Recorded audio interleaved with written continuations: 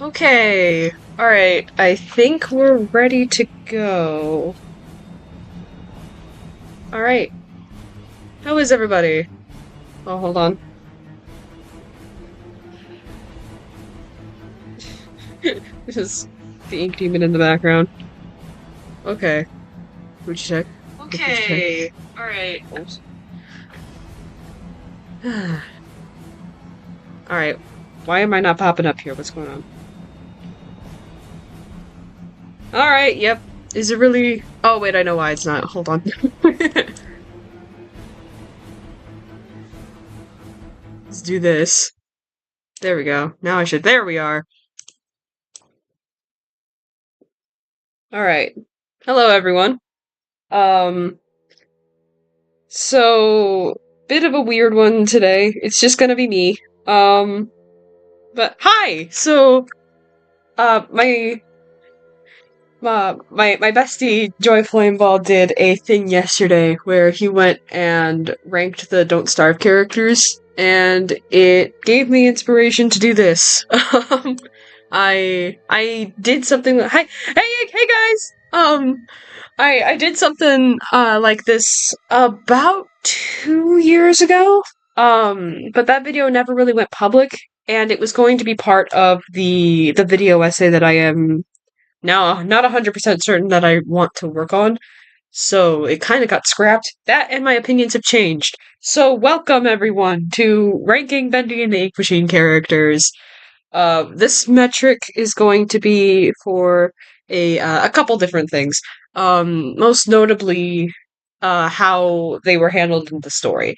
So something that I feel like I should clarify is that I really like all of the BATIM characters. There's only like one or two that I really don't care about in general. Oh, this is only going to be for the first game. This is not going to include any Dark Revival or book characters, with the exception of one, which we will get into later. Um, and why is the music not automatically playing the next one? Okay, YouTube, thanks. So what we're going to be doing is we're going to be ranking them based on how well their placement in the story, how well they were handled, and just generally how they were written. Because I feel the need to clarify that because the fandom definitely has a different interpretation of these characters than they appear in canon, and we will not be talking about the fandom today. We are just going to be talking about the game itself.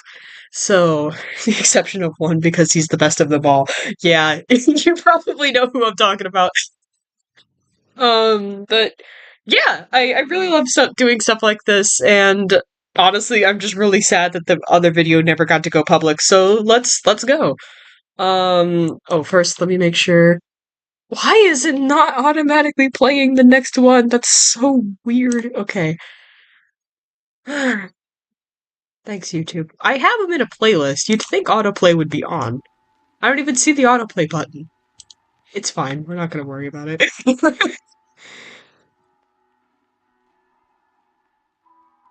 Like Grant, I have no idea why I wanted to say that. I just like it. Yeah, Grant is really good. I really love Grant. There we go. Okay, the chat is behind me. Oh no. Hang on, let me see if I can't fix that a little.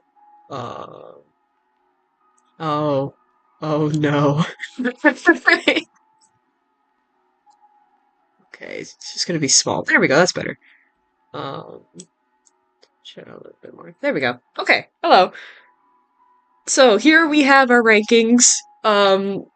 First we have excellent no notes. These are for the characters that just they were handled very, very well in the story. They're really interesting as characters. The way they were used was just excellent. Just, you know, just the best of the best in terms of the way that the story was written and who that character is and their role in the story. We have I Love You. These are characters that are written very, very well that just like maybe a couple of things could have been tweaked, a couple things could have been changed, but on the whole, excellent. Just really good, really interesting characters. Love these guys a lot.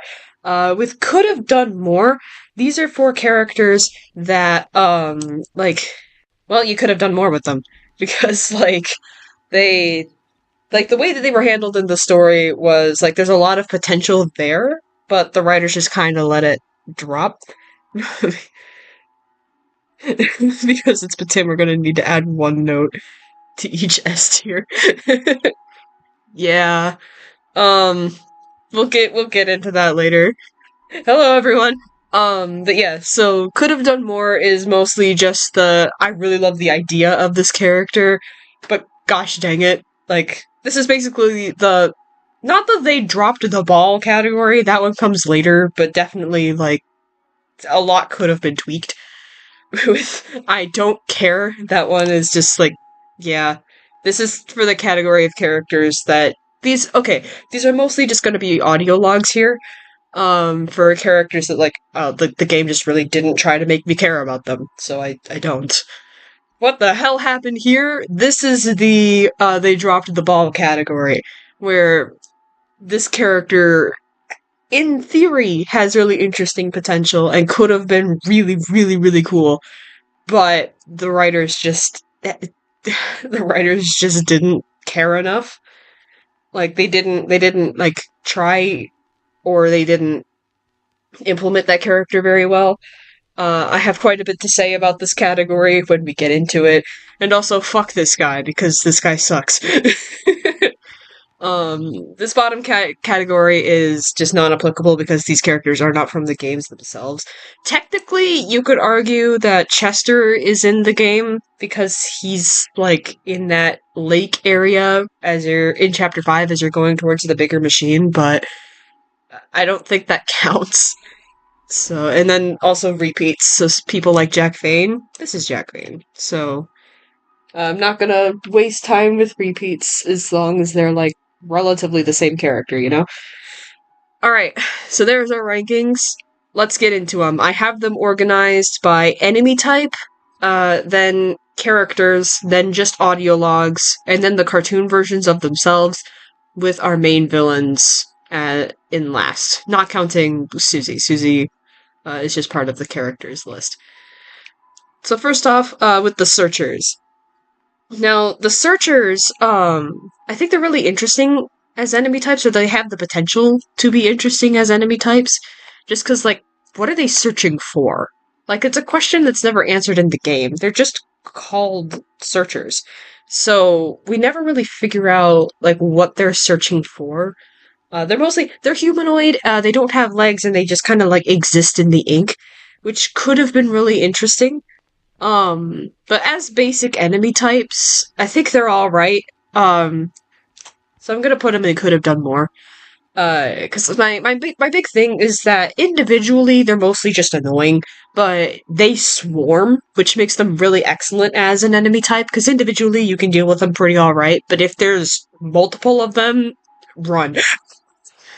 Except I guess early in chapter 2, it specifically pairs you with multiple of them the very first time you meet them, which I think, for what it is, I think it's a good thing, just because it really does establish them as a threat immediately, because especially if you're playing the game for the first time and you don't know that getting close to the puddles is what spawns them in, because I know that getting close now spawns them in, so I'm able to take them on one at a time. But if you don't know that, and you just walk into the room and you accidentally spawn like 5 of them at the same time, there's a good chance that's going to be your first death in the game.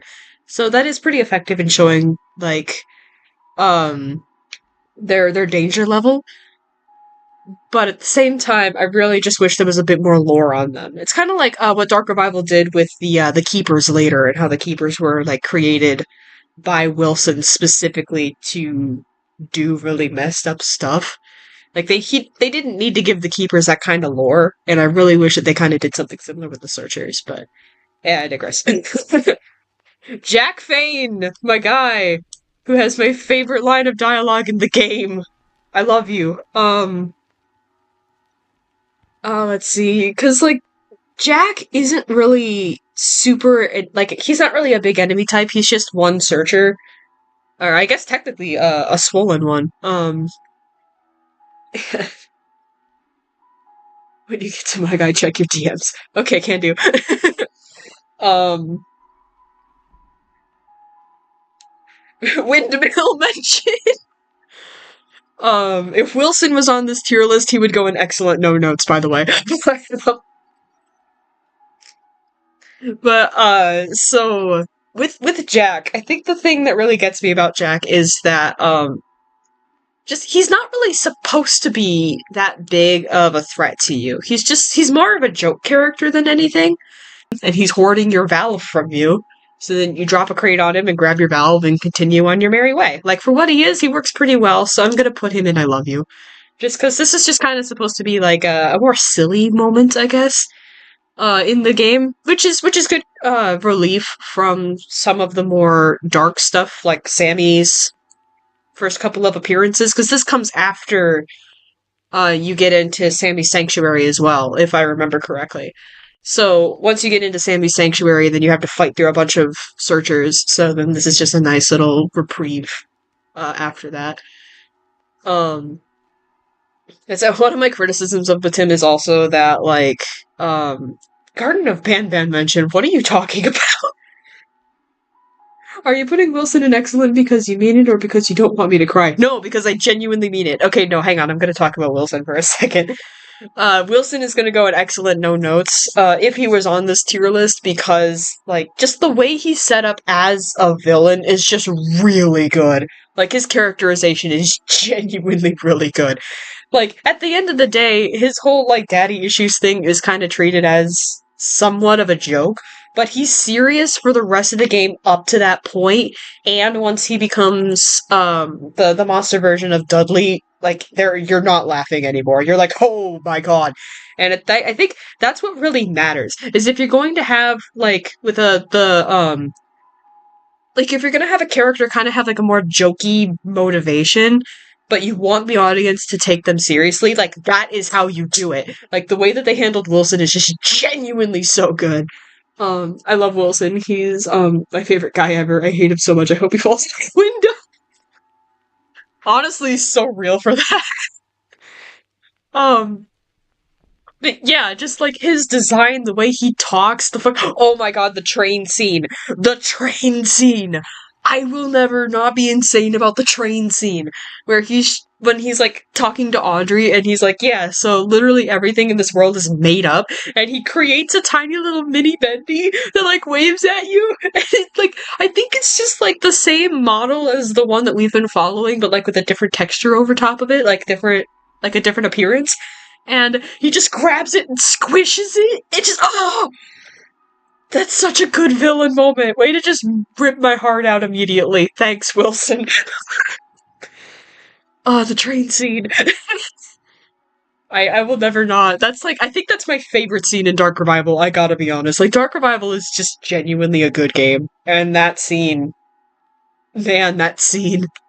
Anyway, Wilson's not in this tier list, so I'm gonna stop talking about him. But, like, alright, next up, we have, oh, the searchers with the headlamps on. See, okay, something about these guys that I don't really understand, because these guys kind of appear more in the lower levels of the game. Specifically, well, I guess there's one that appears in Chapter 2, but you have to go out of your way to find it. And then in Chapter 5, they're there for the boss fight. I have so many thoughts about him. I love his voice actor, the train scene. Yeah, the kick the dog moment, exactly. But yeah, God, Wilson. Like, uh, for these guys, I forgot. I think they're just called hard hat searchers, aren't they? But I don't really care.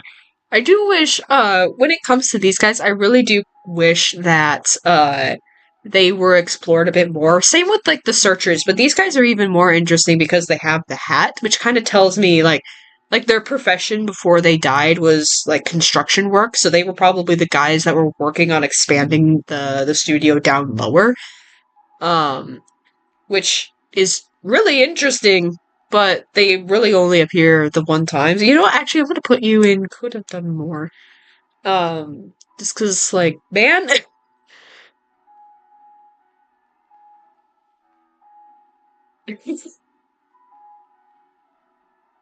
But yeah, so the hard hats are just go here. I just really wish that there was more lore on these guys, just cause, like what separates a searcher from a lost one, you know? Like, if you die and you get put through the machine and you could come out as either a cartoon character, a lost one, or a searcher, like, what determines that? Is it just up to chance, or... I don't know. I just really wish that that was, like, better explained. Which I guess is kind of why they got rid of searchers for Dark Revival, is because everyone's just a lost one now. Which I can respect. But at the same time, I don't know. I just wish we knew a little bit more. Speaking of the lost one, that's not a lost one. This is a swollen searcher. Sorry.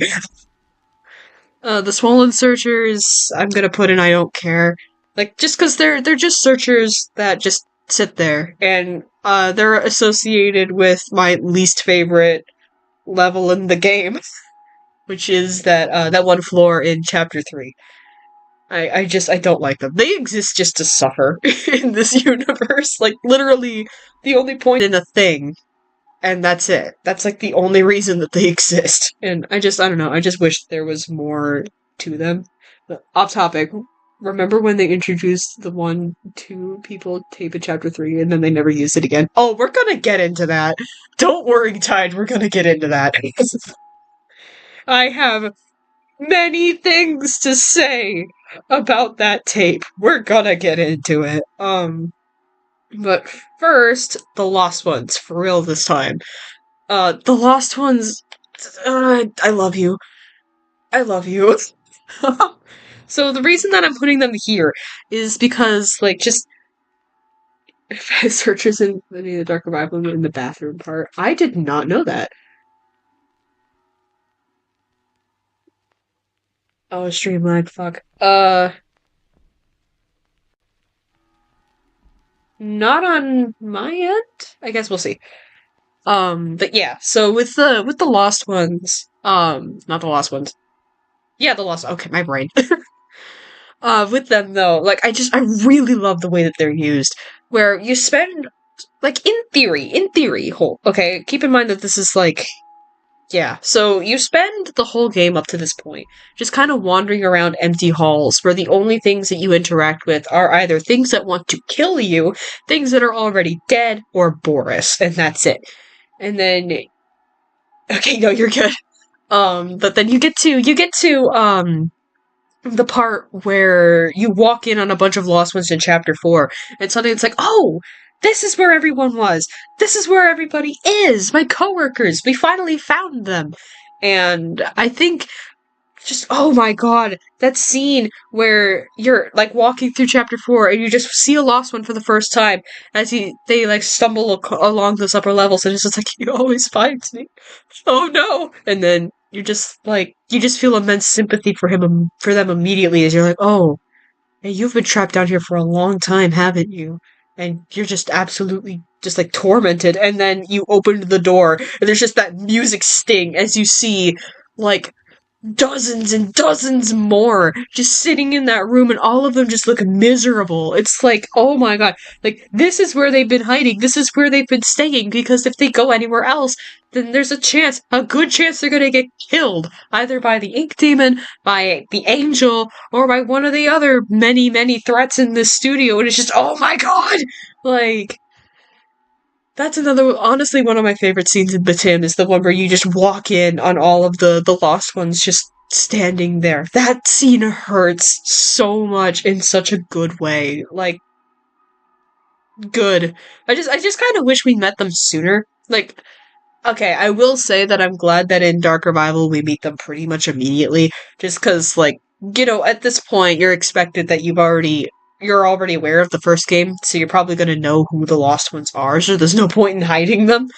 So they just kind of inhabit the studio now, and they're one of the threats you have to face. I really like that. Kind of combining the Lost Ones and the Searchers into one unit was a really good idea. But yeah, in terms of what they are in the game, my one real criticism is that I don't understand why, this goes for all of them actually. In chapter 5, the boss fight that happens after Sammy, and you're just, like, that one really, really bad fight where you're with Allison and Tom, and you have to fight through the Lost Ones and the Searchers, and they're like, yeah, so now that Sammy must have been holding them at bay, and now that he's gone, here they come, and it's like, why do we have to kill all of these guys? Like, couldn't we just run away? Because, like, here's the thing that really gets me about that, is that this is the home of the Lost Ones, right? Like, they built this city. They built this city on rock and roll, I'm sorry. Like, they built this, like, little town, underground.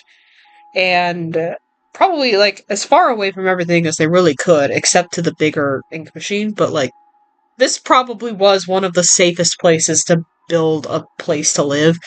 And this is just like they were just existing, and then Henry and Tom and Allison come through and just kill everyone. Like, that's their home, right? Like, shouldn't we have just left? Like, if they didn't want us there, we should have just left. I don't get why the game wanted us to just kill everyone. Unless there was some kind of, like, a plot reason. But there really wasn't. It was just, like, a pointless fight after Sammy's defeated to just kind of pad out the runtime. And the more you think about, like, the morality of that whole scene, the worse it gets. So I'm just like, that's not a critique on just that boss fight wasn't there. But anyway, these guys. Let's... Ooh, can I... Here we go. Let's switch up the music for a second. My computer is lagging. Okay, the Butcher Gang. Charlie could have done more. I want to put him in I Love You so bad. I want to put him in I Love You so bad. But the reason he's going in could have done more is because, like, and I feel this way about all of the Butcher Gang, but, like, oh my god, there was so much potential here. Like, look at their designs. I'm gonna grab the other two for just a second. I'm not putting them in this category, but just look at their designs. Like, they look like they were torn apart and stitched back together. And the game offers no explanation as to how that happened. And I just really wish we got some kind of a hint as to how they ended up like that. Which, I mean, maybe Susie's the one who did it, because we see her torturing a Charlie later, but all she was doing was really just electrocuting him. And from what we understand, wouldn't she more want to, like, gut the characters and take their innards like she does with the Borises? Like, is the chat lagging? Or... okay, hold on. I don't know if anyone's saying anything in chat, I'm sorry. But, like, I don't think it's her. Like, I don't think she would have, because she would have just killed them, right? So... yeah, the visual storytelling going on with Fisher. Yeah! Because, like, if you look at, his belt, it says liar on it. So there's already so much happening. Why did he get labeled as a liar? But, like, we don't really... there's no way for us to really find out, because they don't get much character aside from just being a different enemy spawn. And I really, really wish that there was more to these guys. And you know what? I am keeping them right here and could have done more. Just because, like, man... Actually, I'm moving Charlie up to I Love You because of the poster jump scare. Like, the way that we get introduced to Charlie is genuinely so good. Because we've never seen them before. So you walk in and there's just that poster, and there's nothing suspicious about it. It's just there's a long hallway with a poster on the end. It's like, what the game has been doing up to that point is using long hallways like that to draw your eye to something, but it's never been anything dangerous. Like, the first time... oh, I get to talk about this! The first time the game does this is in Chapter 1, where you're wandering through the studio for the first time, and you're just trying to explore the halls. There's this one section that's, like, in terms of layout, is so good! Because you're just trying to figure out where you're supposed to go, and right before you walk into, like, the pedestal room, you see that there's, like, one hallway veers off to the left, and another hallway turns right, but then immediately goes straight again, so you can kind of see into the room. So it draws your eye a bit more, and you're more curious about, oh, what's in the room? And so you go and walk in there first. And that's how you progress the story, is you're like, oh, okay, we need to find stuff and put them on these pedestals. And then you walk back out, and you get the cutout jump scare. Make it so that way you can, like, see down that hallway, but barely. So you notice something, and then you look past Bendy, and then there's the dead Boris reveal. That music sting was perfectly timed. But, like, God, the dead Boris reveal in Chapter 1 is genuinely so good. Because, like, yeah, there's a chance you're gonna see it before then, but even then, it's still really, really creepy, because you're wandering around this abandoned studio, you turn a corner, and then there's just a corpse sitting on a table. And you're just like, oh my god. But then, if you don't see that, and you go into the pedestal room first, and then the cutout kind of, like, reveals Boris, like, that is really, really good layout, and really good environmental storytelling. Especially since at this point in time, we don't know how Boris died. Like, we don't know who killed him, we don't know why. We just know that a bendy cutout kind of revealed him to us. Which I remember back when Chapter 1 was just Chapter 1, and the fandom was still very new. There were two opinions on that. There was either I said I wouldn't talk about the fandom, but I have to go into this. There was two thought processes. One was either that Bendy's the one who killed him, and then he's like showing you his handiwork through the cutout, or that Joey is the one who killed him, and then it was Bendy going, "Look at what happened here. Look at what he did." And it was kind of like showing Bendy's motivations because he's showing you what Joey did. And I remember I subscribed to the Joey's the one who killed him. Like most people did, just because the creator lied to us from down below. Like most people instantly knew it was Joey. But like, God, that reveal is so good. That reveal is so good. And like, I don't even know if they did that on purpose, but I really hope they did. You also see Boris posters which show him being cute and shit, and then you see him ripped open. Yeah! That's the other thing, is that they're just supposed to be cute. They're just supposed to be cute cartoon characters, and then you see that.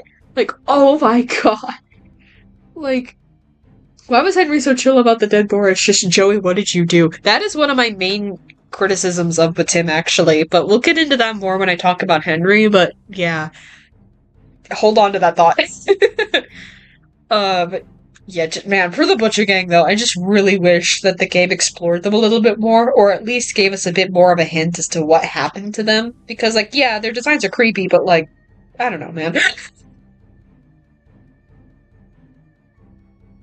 Or Henry's bending and Henry killed it. Oh, no! God, we're gonna talk more about the perfect bendy theory when we get into Henry, but man! Okay. Oh, the ink hand. Okay, I remember last time that I did this tier list, I actually had the ink hand down here in NA because most people assume that this is the ink demon. But we don't actually know that for a fact, as far as I know. So, and even then, Mike could change his mind on a dime. So I'm just gonna put it in I don't care. Like the whole Ink River segment is mostly just kind of filler for things that will happen later. Like it's just filling the gaps between Allison and Tom abandoning us to stumbling into the village. And if this really is the Ink Demon, then I don't know why he's characterized like this. Because like the Ink Demon has been mostly the Ink Demon has been mostly just kill, kill, murder, murder, kill the whole time. So, I don't if this was the Ink Demon, then his strategy for trying to kill us here is very strange. And if he can grow that large, why didn't he grow that large in the finale? Like, yeah, he got bigger, but not this big. So, I'm not sure.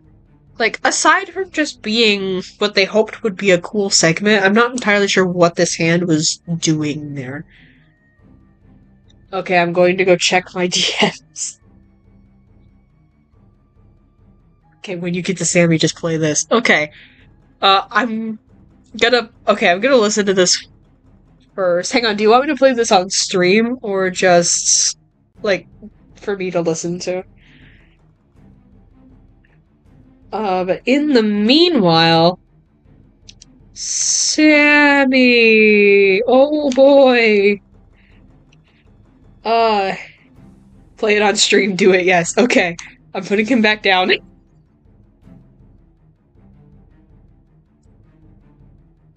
Okay, I'm gonna have to stop the music because your messages are always very, very quiet, and I don't know why. God,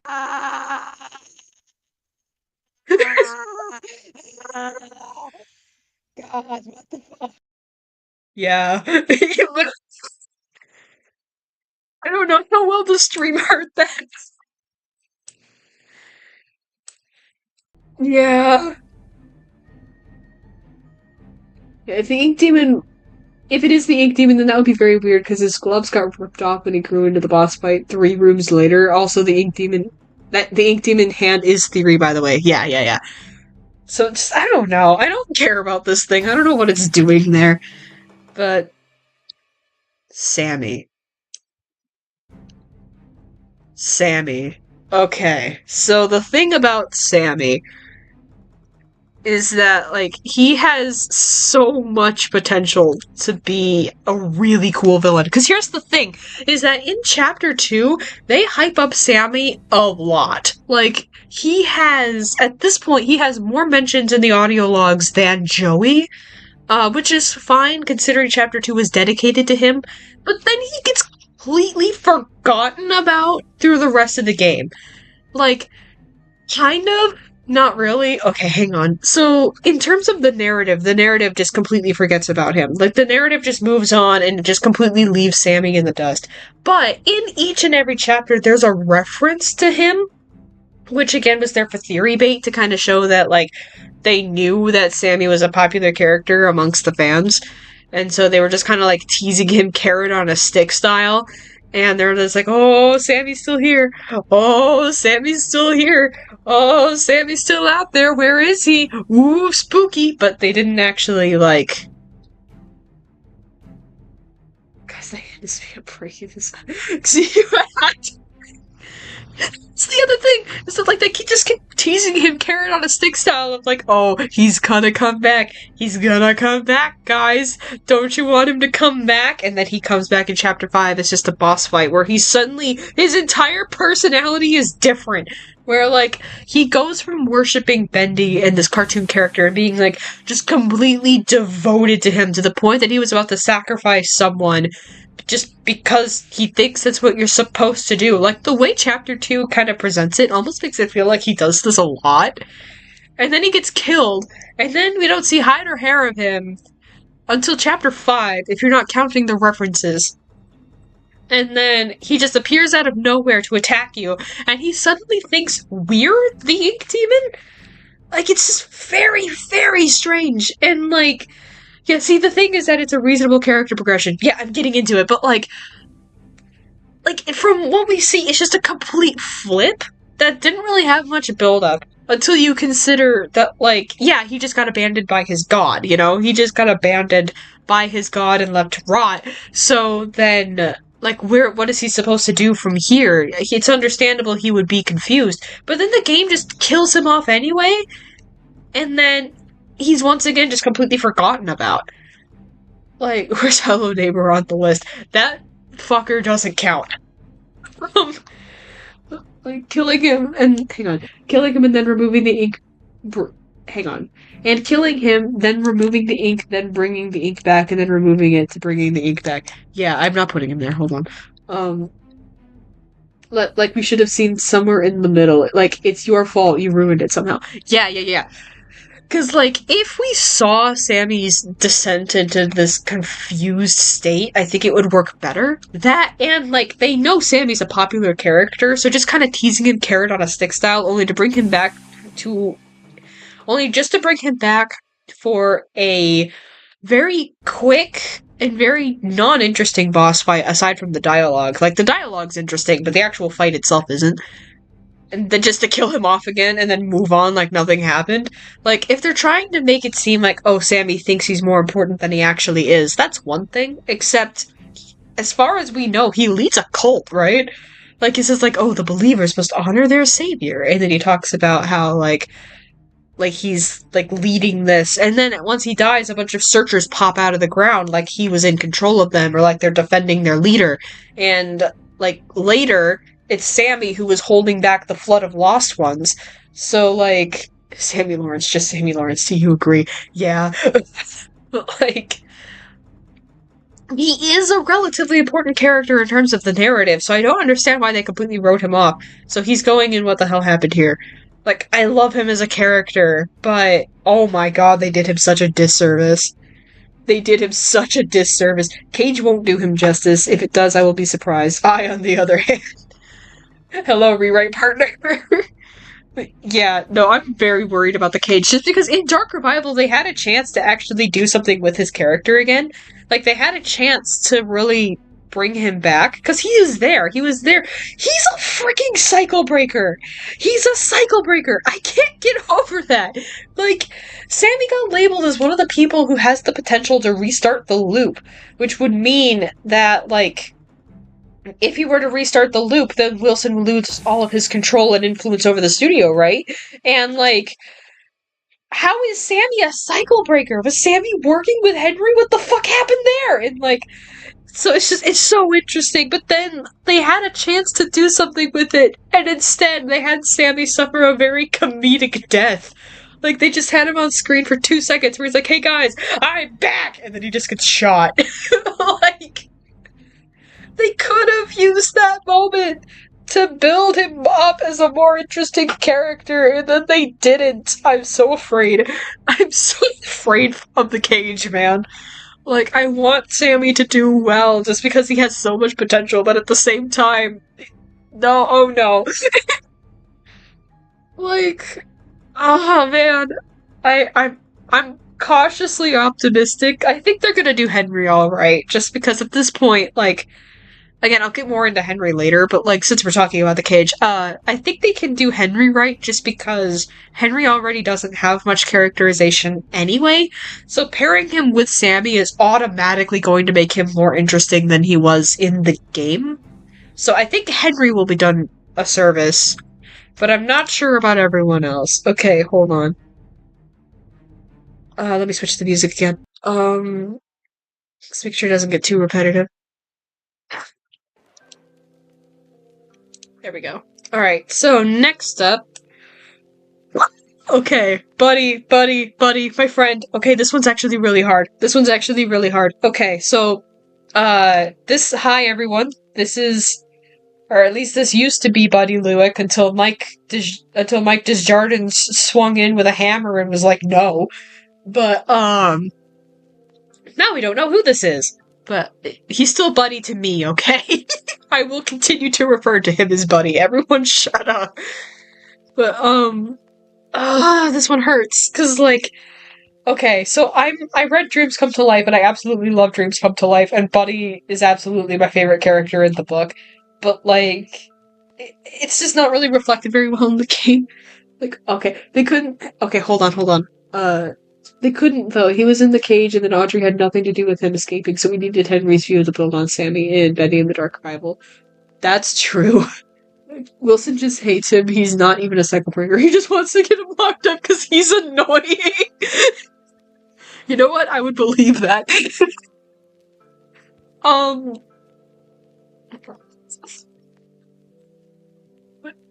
Alright, Buddy, because on the one hand, this is the one friendly face you see in the studio. Like, no one else in the studio is nice to you.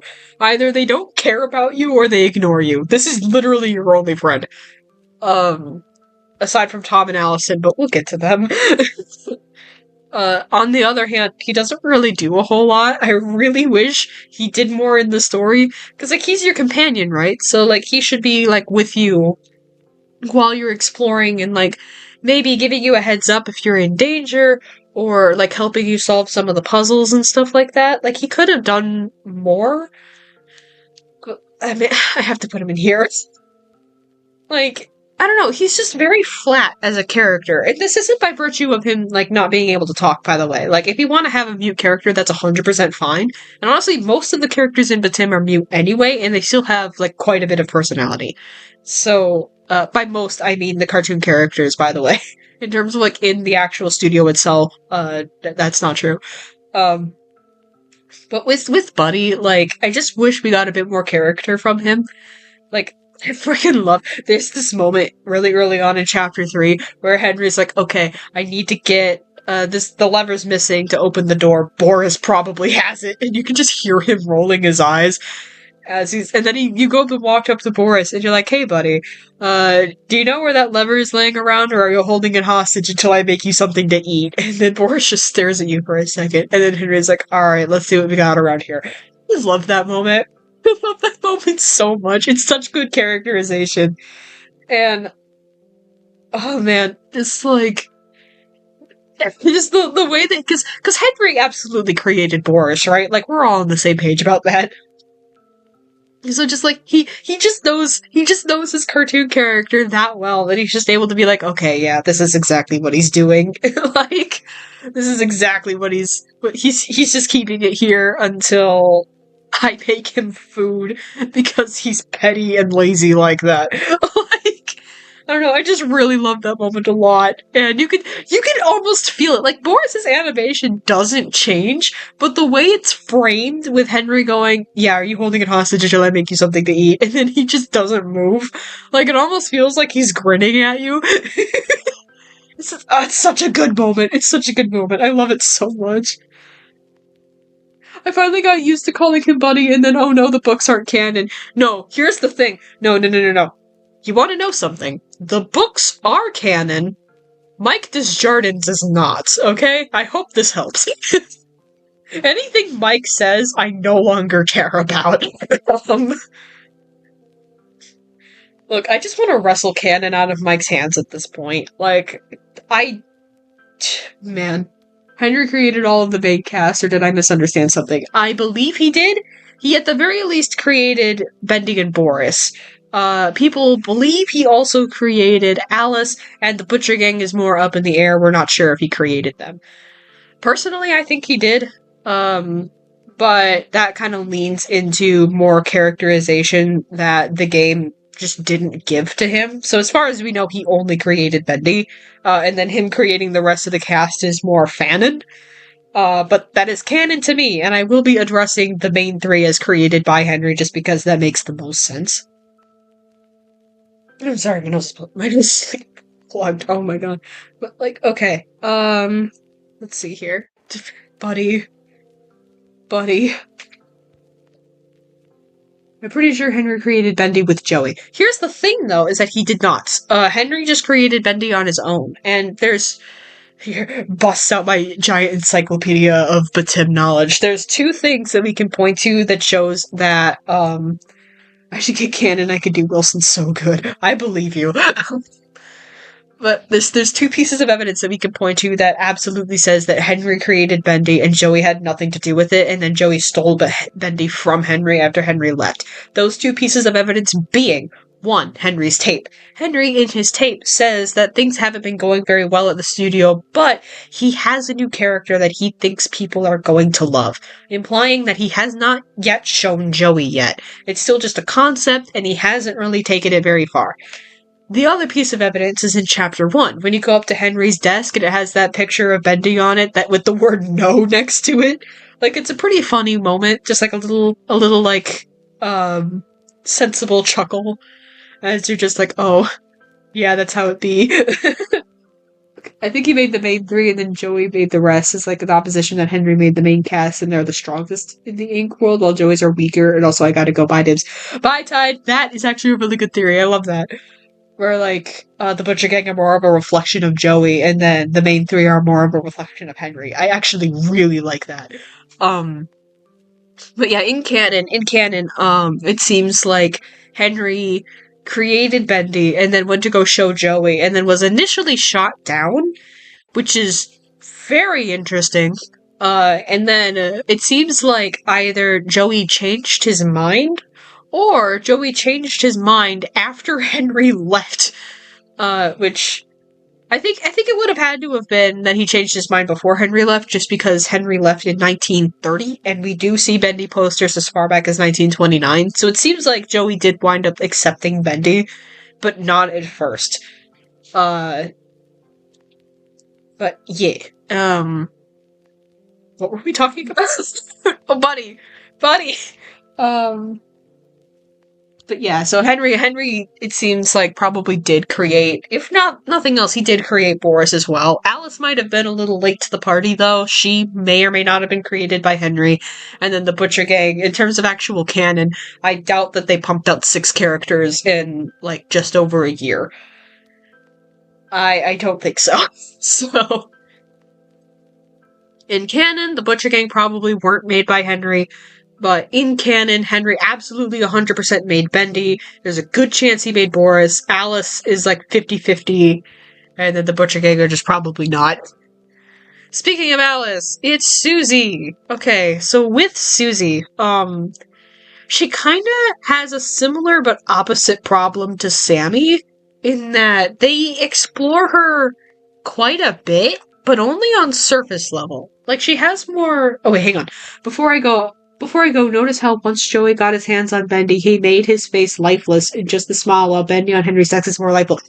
Thank you, yes, sweetly. Okay, that was something I was going to go into when we got to the cartoon version of Henry, but Bendy, but yes, that exactly.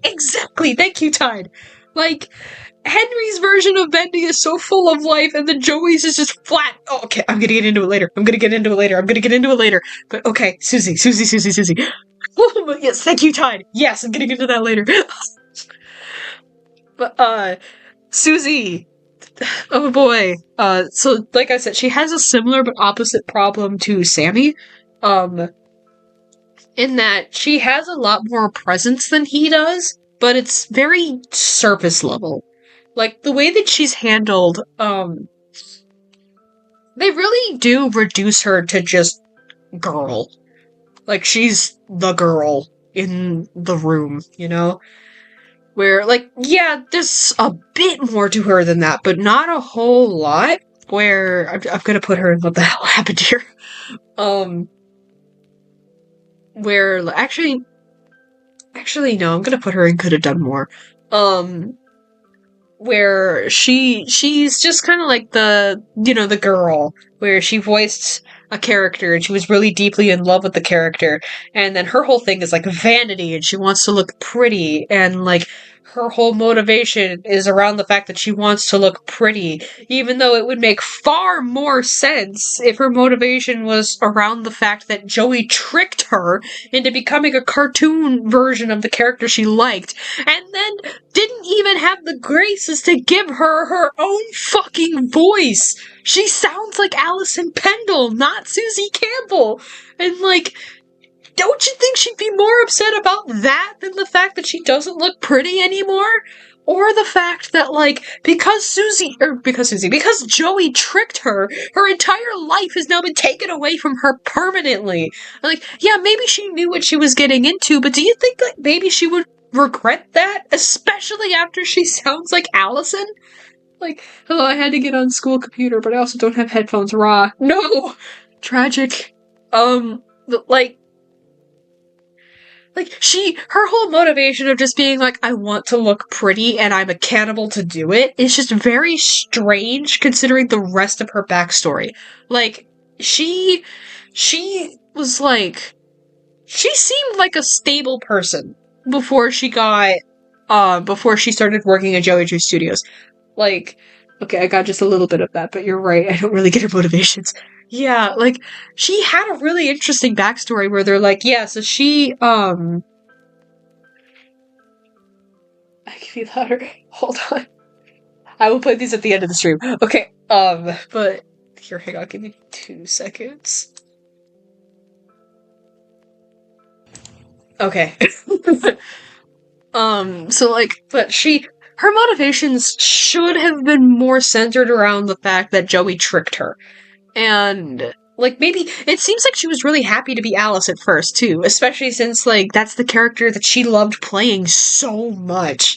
Like, I feel her motivation is not what it's set up to be, and it's very odd. Yeah, exactly. Like, her motivations absolutely should have been more centered around the fact that her devotion to this cartoon character literally ruined her life because Joey tricked her.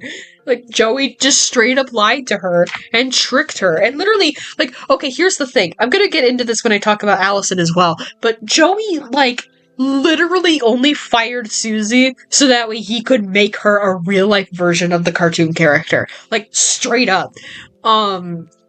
Where Susie was great in the role, everyone loved her. If you look at the handbook, which is canon, because Mike isn't canon, you'll see that there's quite a few newspapers about Susie, and all of them are very positive. Like, all of them really regard, like, Susie usually just gets kind of offhandedly mentioned, and they're usually more focused on Alice, but it doesn't seem like anyone disliked her. She still seemed very, like, good for the role. And then, like, she just got randomly fired. And they specifically said, no one tell Susie that she's been fired.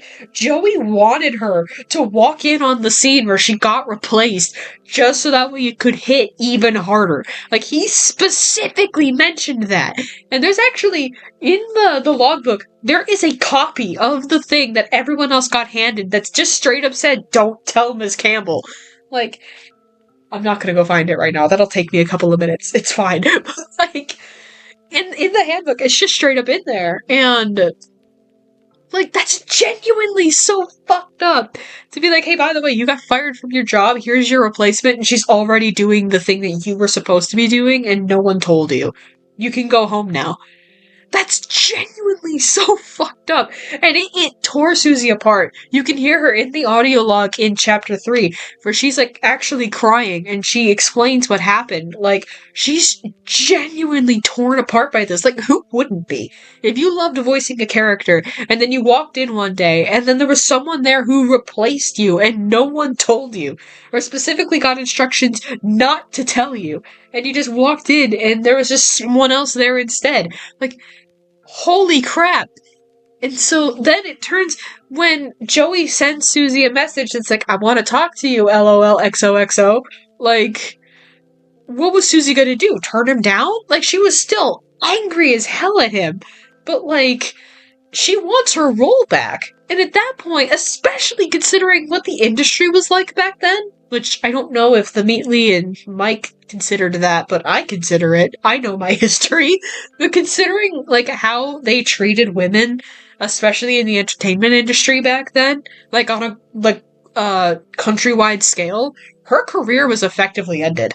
Like, if she just got suddenly fired from her job with no real reason for it and then just got replaced, like, people would start speculating wildly about, like, what kind of a crone or a blue nose she was. Sorry for using old term slang. But, like, and, like, she just, like, people would veer away from her and not really want to hear her side of the story. They'd be more turning to Joey of, like, oh, why'd you fire her? So the newspapers just wouldn't cover it. And, you know, you could have made that worse, but we don't have to get into that. So when Joey, like, sends the thing, it's like, hey, I want to talk to you. Of course she's gonna say yes. That's the character that she cares about and wants to keep voicing. So, like, Joey knew that and perfectly set up Susie for a trap that she fell into immediately. Like, he had her wrapped around his fingers. Why? Passionate about being Alice. Exactly!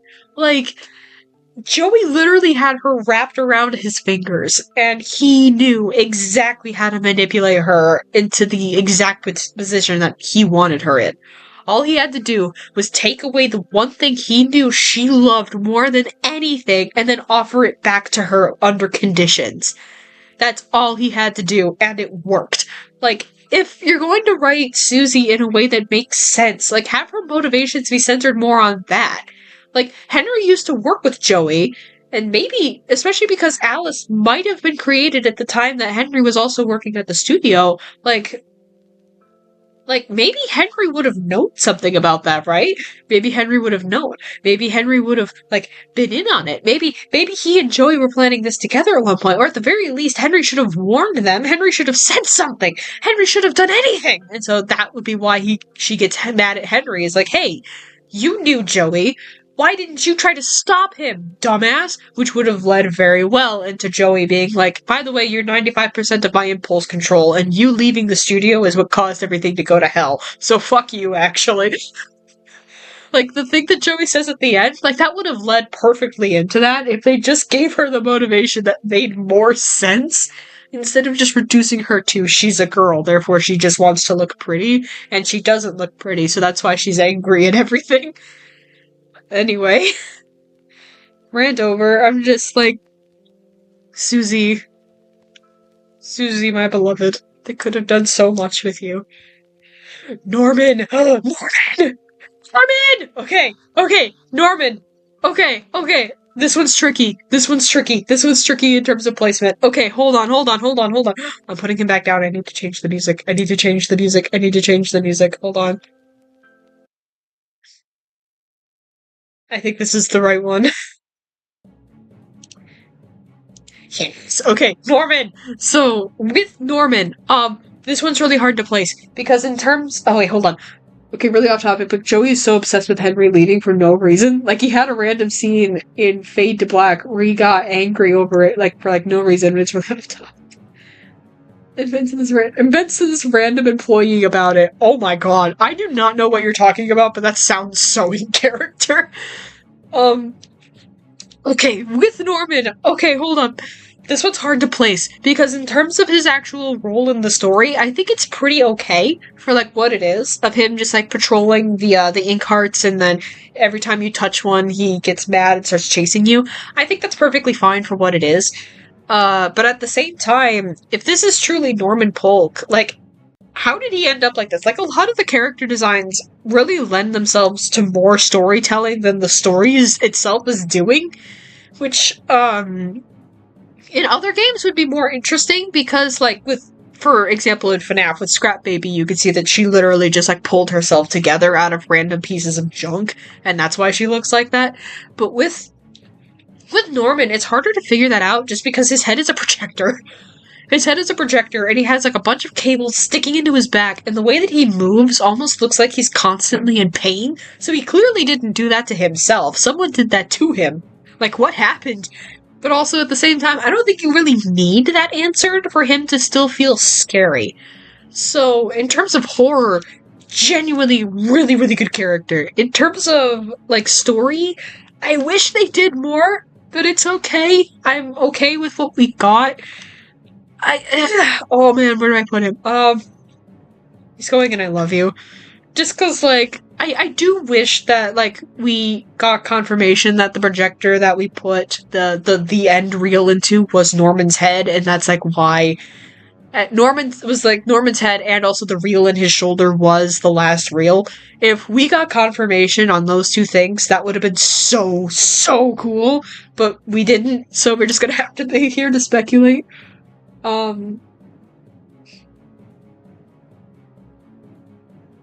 Also, this employee is like a 17-year-old girl. Oh no! What is... Okay, hold on, this is gonna sound very strange out of context, but what is it with Joey Drew and 17-year-olds? Because that's how old Buddy Lewick was as well when he started venting to him about Henry. Henry sees this, like, literal child walking around and is like, yeah, you'll understand my deep emotional parasocial relationship to my old coworker who I haven't seen in, like, 25 years. Oh my god, Joey. God, just Norman. Norman, I freaking love Norman so much. I love Norman so much. Like the way that his mechanic works in the finalized game versus what it was when Chapter 3 first came out. Oh, so for those of you who do not know, Norman's mechanic changed. I think it's better in the final version of the game than it was before. Because before, Norman just kind of patrolled around the area, and if you got caught in his light, then he would chase you, but you could just walk behind him and collect all the ink hearts and nothing bad would happen to you. In the game as it is now, you have to be way more cautious than that, because if you pick up an ink heart, he'll hear it, because it makes like a really loud noise. So he'll hear it, and then he'll come running over to where your location was. So that, on top of if you get caught in his light, then he chases you, makes him like a lot more dangerous, and I'm so here for it. I'm so here for it. That, and also the scene in Chapter 4 as well. I think that's a really, really well executed area for Norman to be in. Joey needs to put his gay emotional baggage on these random teens. He needs therapy. Norman. I really wish I had more to say about him, but I kind of want to move on. But just Norman. Man, I love you. Oh. It's this guy. I keep changing the music. Bertram. Okay. So Birdie's kind of a weird one here, because, like, for what he is, I think he's fine as a boss fight. I wish it was a little bit more balanced, but it's fine. But then in terms of everything else, I'm gonna put him in what the hell happened here. because, like, he just kind of appears in the story in chapter 4. Like, there was no build-up, there was no foreshadowing. He should have been, at the very least, mentioned in chapter 3, at the latest. You could argue that there is a mention to him in chapter 3 in terms of Grant's tape, where he just kind of offhandedly mentions that Joey Drew has another big project upcoming, and it ain't gonna be cheap. But, like, he could have been referring to literally anything. He could have been referring to the ink machine, he could have been referring to Bendyland, he could have been referring to some mysterious other third option that we don't know about. Like, he could have been referring to creating living cartoons. Like, there's so many things that tape could have been in reference to, so having that as the foreshadowing for Bertram, I don't think really works, especially since that tape is hidden, and you have to go actively searching for it. Which, at that point, you probably already know that the tape exists and know what its contents is, so what is the point? So, yeah, just, Birdie, in theory, he sounds like an awesome character, and oh my god, his voice acting. Oh my god, his voice acting. His voice actor does such a good job. Oh my god. Because he has that same, like, egotistical, like, all eyes on me type voice that Joey has, except far more, like, full of himself, whereas Joey is more like Walt Disney, like, I'm here to support everyone around me because it means that they benefit me and then I earn from them. Scratch that Wilson thing, one specific random coworker. Yeah. Gosh, with Birdie, it's too late. Like, it's too late in the story to be introducing Bendyland and Bertram by the time we get to him in chapter 4, and I just really wish that, like, we got to see him before that, or at least if we got to hear him before that. I don't think we should move him out of the carousel.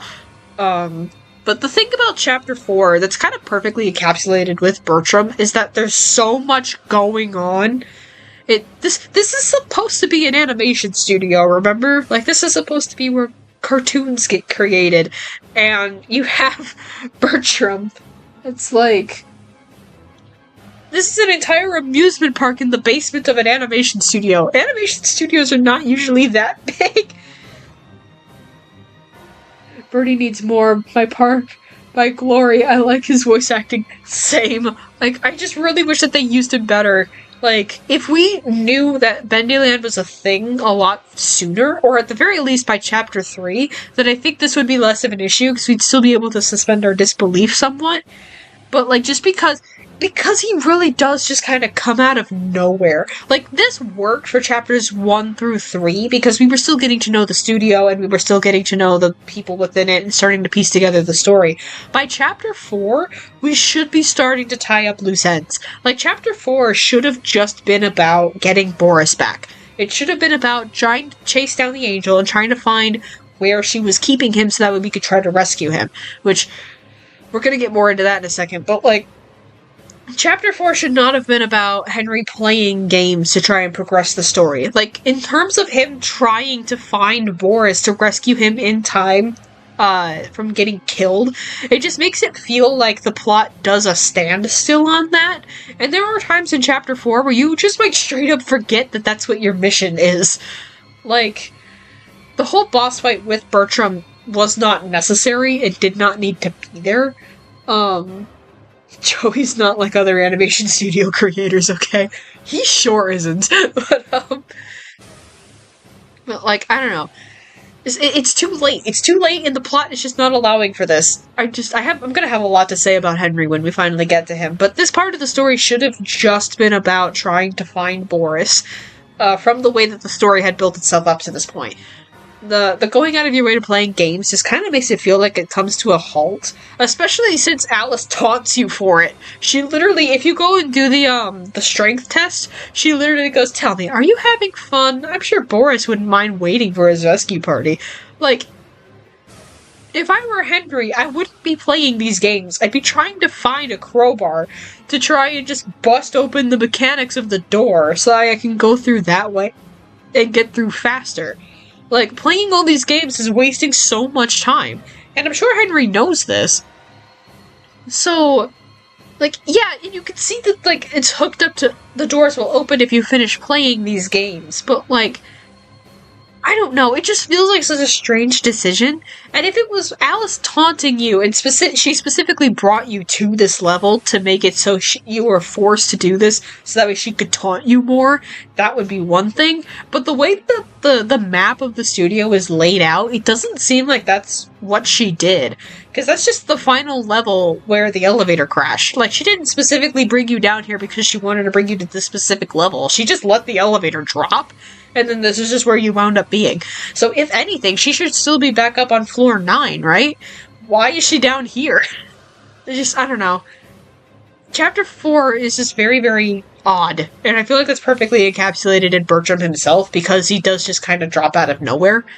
If they built up to it more, it would have worked better. But they didn't. So I'm just gonna put him in what the hell happened here, along with the entirety of Chapter 4, because although Chapter 4 is one of the most enjoyable chapters to play, it doesn't make a whole lot of sense plot-wise. Joey needs to play a game or two, he's too old for this stuff. He can get over it. I'm joking, but like, just, yeah. Okay, let's go to Monster Waltz.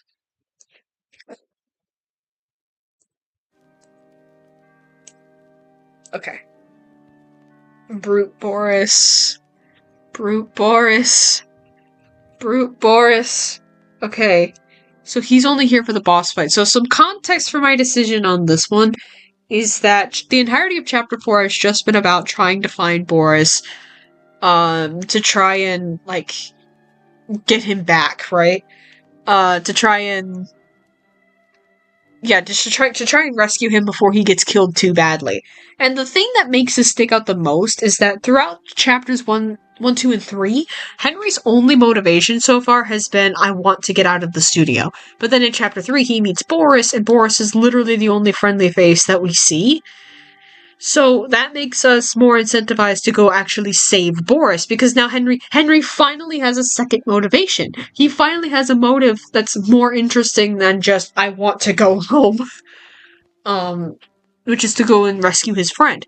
So, this is what we call a character challenge in writing, where your character is presented with an obstacle that they then have to overcome to show that they are capable of completing the task that they overall want to complete. So, like, his motivation of, I want to go home, is perfectly serviceable as, like, a main driving factor for Henry, but it's not going to be super interesting unless there's other things getting in the way of that, or otherwise distracting him, which I think is perfect for Boris. Because then Boris is actively, like, he gets kidnapped, and now Henry has to choose between going higher into the studio to try to escape, or going deeper to try and rescue his friend. Like, that is genuinely really good dramatic tension. But then here's the thing, though, is that with that comes the realization that Henry fails. He fails his character trial to see if he can, like, to see if he can complete this. Because his whole, like, I want to go home, he has to, in terms of writing, he has to either overcome other obstacles that show that he's worthy of succeeding, or he needs to fail spectacularly, or if he fails them, then it shows that he's not ready to go home, and thus he will fail the bigger task. So, it's just, like, just a narrative framing that most stories wind up using. So considering this is his character trial, rescuing Boris is his character trial, and he fails it, like, if they were trying to build to that, I don't know, because, like, Boris's boss fight is fine, it does what it needs to do. I'm gonna put him and could have done more, purely for the fact that, like, if they were trying to build up to Henry ultimately failing, that would be one thing, but that doesn't really seem like what their intention was. It seems like this was more just a thing for shock factor of, like, oh no, we failed, so then we can have that emotional moment where we watch Boris die, only to then get introduced to Allison and Tom. Like, the entire ending of chapter 4 is it's very much like a shock factor after shock factor after shock factor thing, where we finally get to Boris, only to find out he's dead. So then we have to, like, face off against him. Oh no! And then we kill him, and it's sad because that was our friend. But then, oh no! Here comes Susie, and she's going to kill us. And oh my god! She got stabbed! She's dead! What the fuck? And then you look up, and there's another Alice! Oh my god! And then that's how the chapter ends. Like, it's very much like a shock after shock after shock kind of a thing. That feels like it was mostly there just for, like, the YouTuber reactions. I'm like, oh my god! Like, you know. Actually, it's very funny, because in one of MatPat's theories, he had the fact that Allison both fell out of nowhere and also didn't. It's kind of strange how that worked out. But, yeah. So, in terms of, like, Boris's death just mostly being played for shock value rather than leading itself to an emotional moment, I am going to put him in could have done more, which leads me to Allison.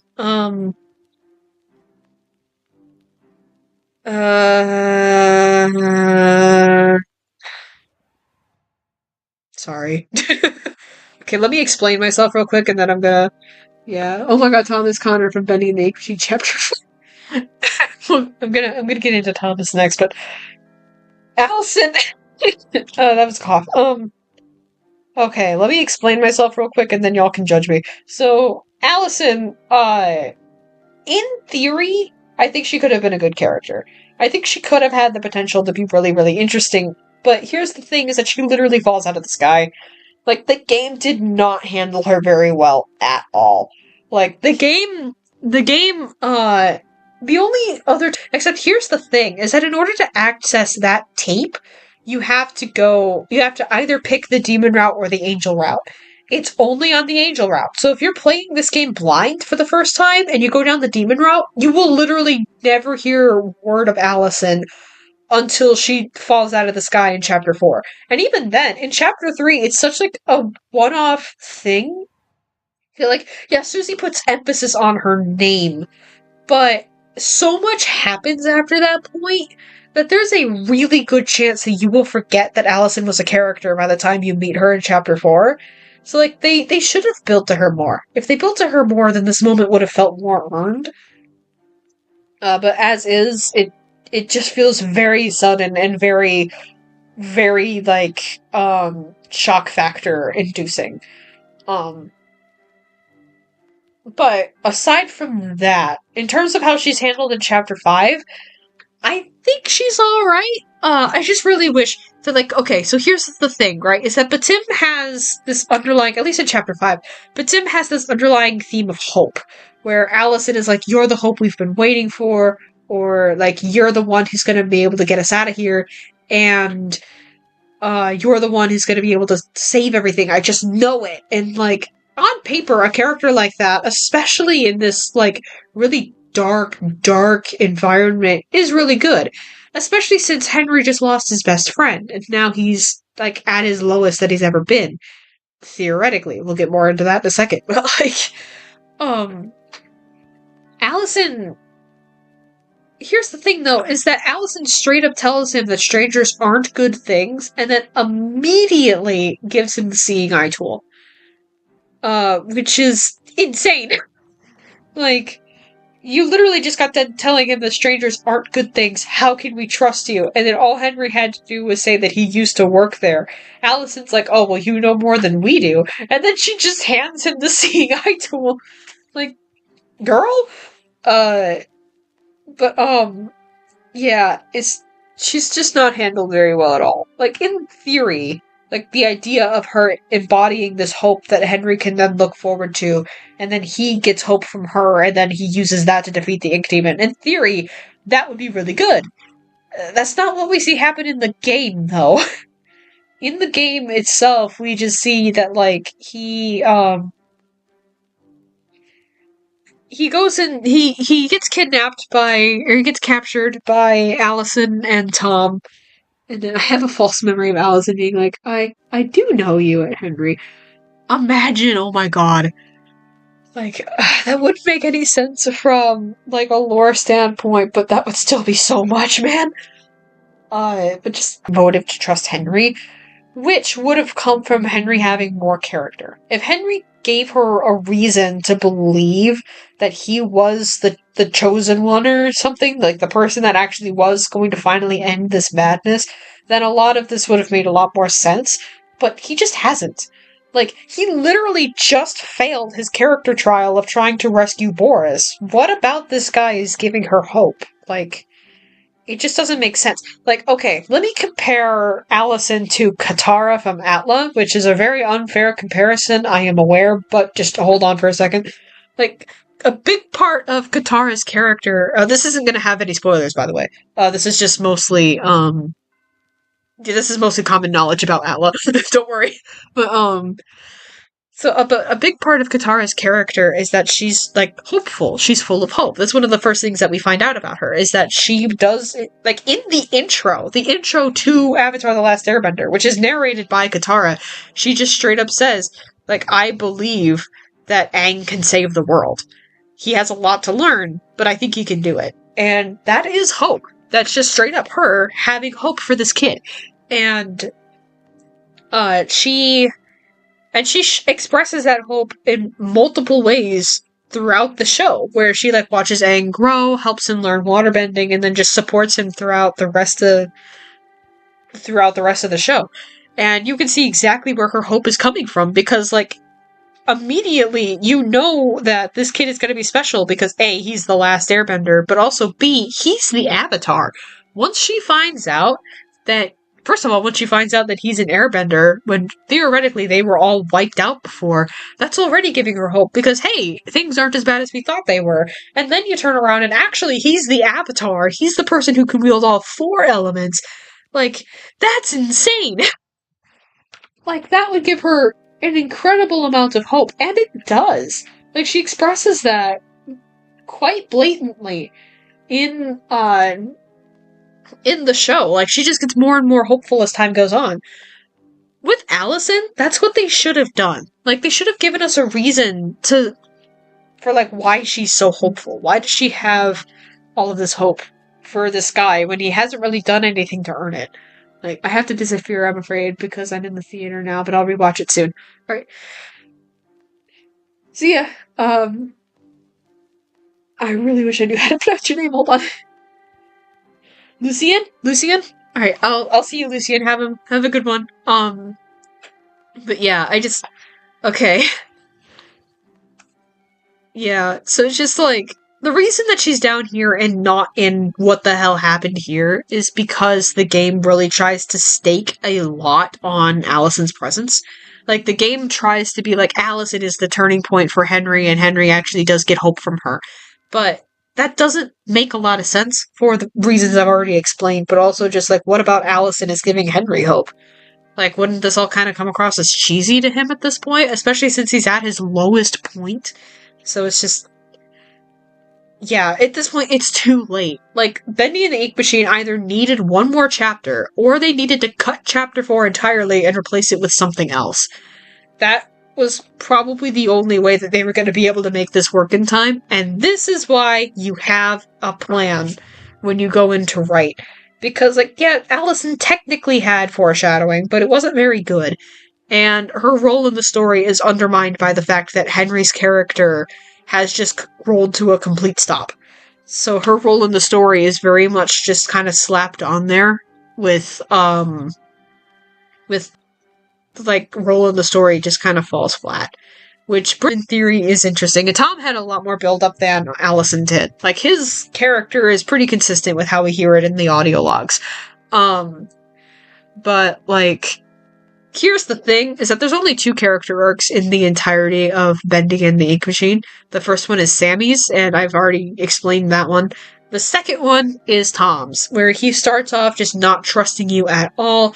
He doesn't he doesn't have any reason to. The last thing he saw is that you were about to get killed by Susie, so he stopped that from happening, because I guess he's a good person. I mean, I guess he was just kind of there. Allison's the one who did that. But then later, once he saves you from Sammy, which, again, why did he do that? You've given him no reason to think that you're trustworthy. Once he saves you from Sammy, he just trusts you now. Like, there was nothing done to earn that moment. It just really kind of happens. Which sucks because Tom had the potential to be like a really, really cool character, especially considering how much buildup he had. Like, with how many audio logs he had, it really seemed like he was going to be a much more prominent character than he turned out to be. Which we'll get into more of that in a second. But, like, I don't know. I just really wish that they did more regarding Tom and his role in the story. Like, I wish that a lot of this is going to reflect on Henry, actually. If Henry had a bit stronger of a character arc, then I think a lot of this would be, like, more, better. It would just be better. Because, like, if Henry had a stronger character arc, then Allison being his source of hope would make more sense. Maybe Sammy thinking he was the Ink Demon could have been, like, really interesting considering the choices that you could have Henry make. Tom could learn to trust him easier, and the moment where he loses Boris could have hit a lot harder. But as it is, Henry's just kind of floating through the plot. So his, just a lot of the game revolves around Henry, and Henry barely reacts to it, which means that a lot of the game just feels empty, and Tom is a very good example of that. Moving on from Oh! What the hell happened? Henry, what the hell happened to you? Okay. I get to go off about Henry now. Okay, so they just needed one good thread through the story. Yeah, if they just had one good, solid character arc, a lot of this would have been a lot better. But with Henry. Okay. So, Henry absolutely created Bendy, right? Like, we're all in agreement about this. And as Tide Control pointed out earlier, there are two different versions of Bendy that we see throughout the story. There is the version of him that genuinely has a lot of life in him. He's the version that you see on, like, all of the drawing boards and on Henry's desk. And then there's the cutout version of him that is literally quite literally made of cardboard. The smile is very stiff. It doesn't reach his eyes. He doesn't seem to be emoting at all. He's just standing there. That's the version that Joey created. Like, that's the version that you see everywhere because this is Joey's studio. The only places where you see Henry's influence is with actual drawings of him. So, and that is a very, very interesting dynamic that they did absolutely nothing with. Like, the differences between Henry's Bendy and Joey's Bendy could have been such an interesting thing to explore, and they just didn't. Especially considering that the Ink Demon seems to be modeled after Joey's version of Bendy, with the really stiff smile, and the way that his run cycle is also very, very stiff. Or at least it was before. I don't remember if it is anymore, or if they changed it. But at least back in, like, Chapter 2, his run cycle was very stiff. Which would have been very interesting, but alas. So, like, this is Joey's version of Bendy that has none of that influence. Which only meant that we were going to meet Henry's version of Bendy later. And then this is where the perfect Bendy theory appears. Which, for those not in the loop, the perfect Bendy theory was very prominent in the BATIM fandom for a long time. Which I also was a part of. I really loved this theory growing up. Was that there was I think in Chapter 3, Susie really does a good job of explaining it, of that this is the most perfect Boris I've ever seen, and I want it. Which indicates that there's different quality levels to the cartoons that get pushed out by the ink machine. So if the Ink Demon is an example of a very imperfect Bendy, and one that came out very, very, very wrong, then there should have been a perfect Bendy in the studio somewhere. Right? Like, the yin to every yang. So you have, like, Susie is, like, the imperfect Alice, and then Allison was the perfect version of Alice, and, like, yes, this meant that people were associating Tom as an imperfect version of Boris, and yes, that is in fact ableist. But, like, the theory made sense at the time. It just wasn't, it would have been, something that could have been criticized about the game, but wasn't necessarily something that made the game bad. But criticizable to be sure, but then the theory never actually happened, so. But yeah, in theory, there should have been, like, a perfect version of Bendy running around, and just like Henry. But there should have been a perfect version of Bendy running around, and we were all just kind of waiting to see who it would be. And a lot of people thought that it was going to be Henry himself, that Henry was going to wind up getting sacrificed to the machine, and when he came out, he was going to be the perfect Bendy. there are many, I remember I was active on Tumblr at the time, there were many, many, many Ask blogs revolving around that idea of a perfect bendy. Most of them were Henry, a couple of them were Joey, and there was one specific one that was actually of Wally that I remember really loving, and the artist was really good as well. But that was a while ago. I don't remember who that one was, I'm sorry. But anyway, back to canon. With Henry, they really just needed like a solid arc for him, and a lot of this would have fallen right into place. Like I said, he failed his character trial of trying to rescue Boris, which means that, considering that is his only character trial thus far, because like he came into the studio because his friend told him to, and then he fell into madness, and that was it. His fate was sealed. Do it again, I missed it. Tide, what is this in reference to? But like, my train of thought. There it goes.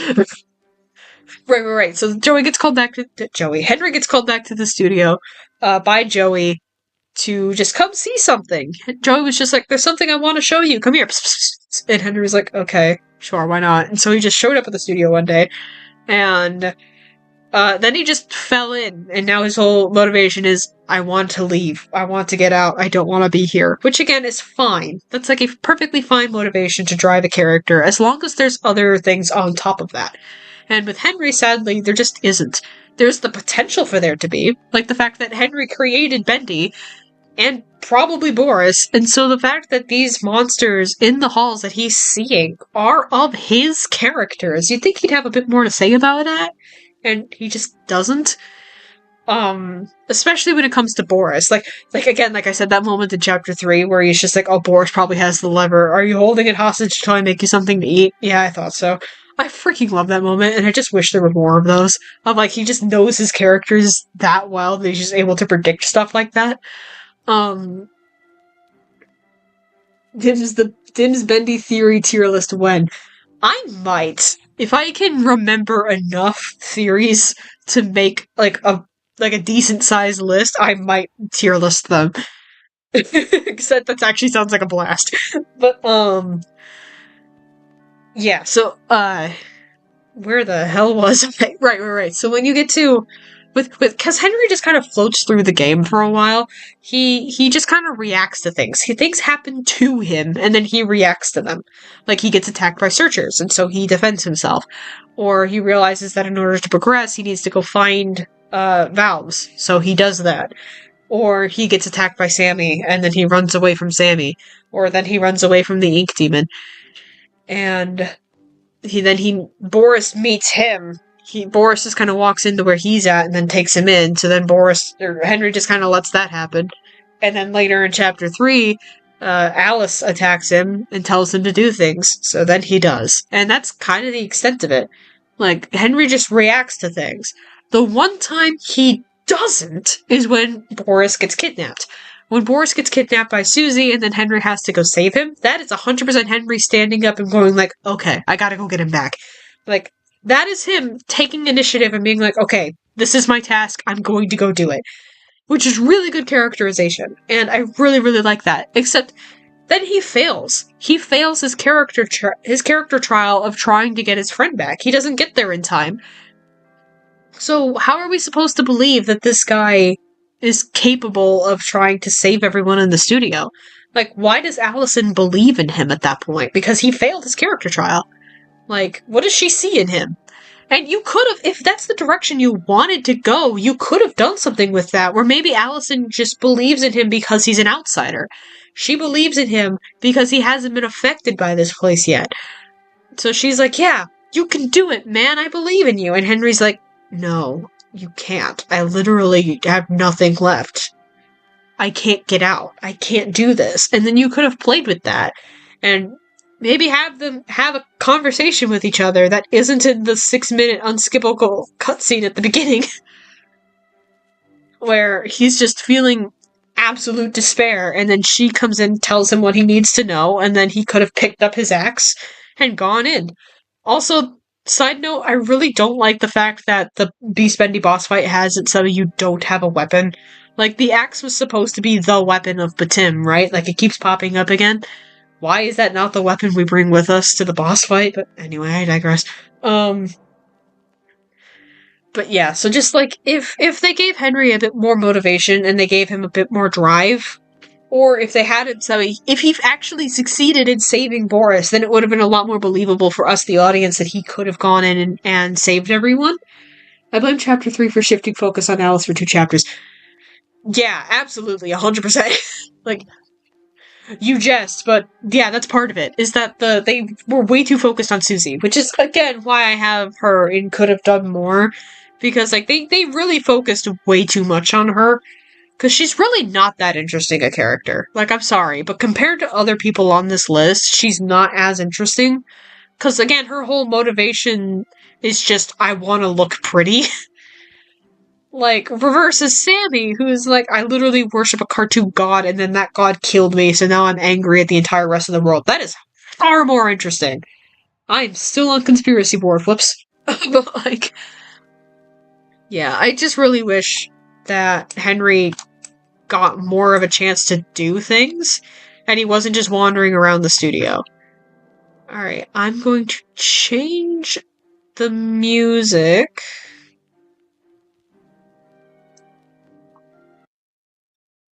Lauren Singer, save me.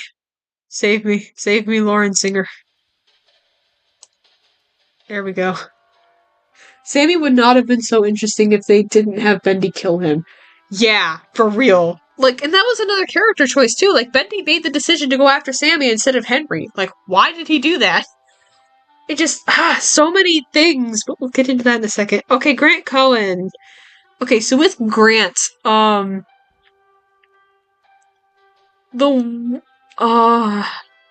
fuck. Fuck. Okay, let me explain. So, that single choice elevated Sammy from creepy, pretty good villain to holy shit, you need to use this guy. Exactly! Exactly! God, Sammy. Sammy had the potential to be such a cool, interesting character, and they just, But anyway, Grant Cohen, he's going an excellent no notes. The one note, again, like Cassie said earlier, each of these have an asterisk on them. But, like, the thing with Grant Cohen is that the one thing that I really wish is that they didn't hide his Chapter 3 tape in a room, that you had to have the axe at just the right time to go open, because that means that so many people are going to miss it. If they had it more open, because that is genuinely such important information, like, why would you hide that? If they had his tape more out in the open, it would have been perfect. Because he's just the finance guy, right? Like, you could have had it so maybe he mentioned the studio going under a couple times. It's pretty easy to infer that that's what happened. You don't necessarily need that. I wish we got it, but it's fine. Where he's just like, yeah, the studio's struggling, and also, we're going to be in the hole because Joey's going to make, like, a really, really big thing, and we're all fucked. Great. And then the other time we hear his tape is him getting killed to death in that one room in Chapter 4. I assume that's him because that's his office, but who knows.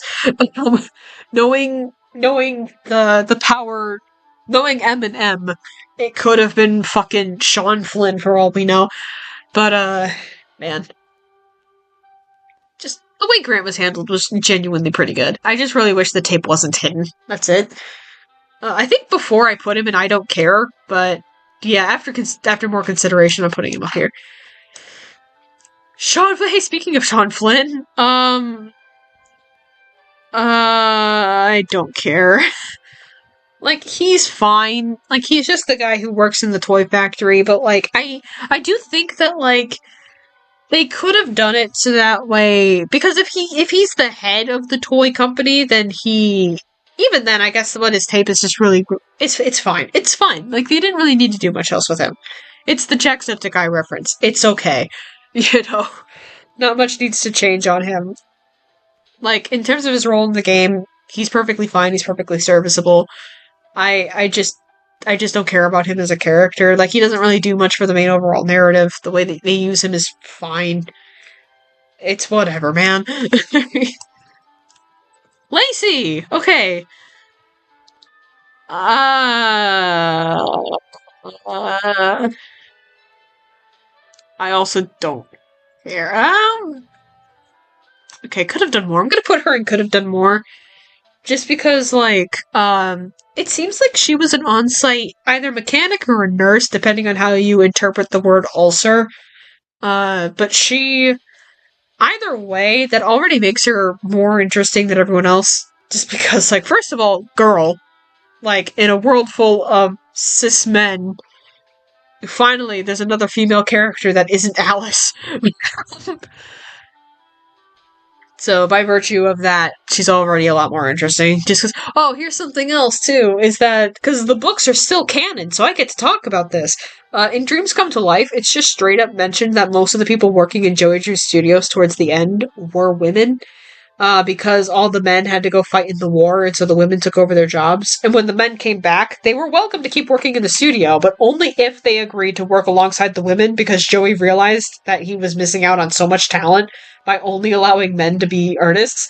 Which, hey, small moments of character growth for Joey Drew, except not really, because he's still just doing it to exploit people, but okay.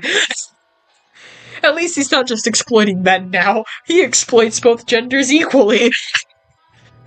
But, you know, but like Lacey definitely seems like she was there towards the end of the studio's run. So I just wish that she got a bit more to talk about. But other than that, it's fine. It's fine. Her role is fine. Like she's fine as is. I just wish that we got a little bit more of her, or at the very least that we saw the animatronic move or something. Because I get it, funny FNAF reference. I get it. It's okay. Minuscule Joey W. um. Yeah, Lacey's just fine. She's just fine. Wally.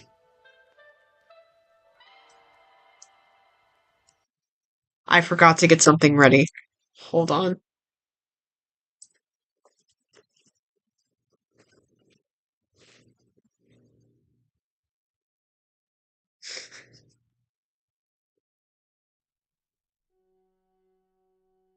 Oh, Wally Franks.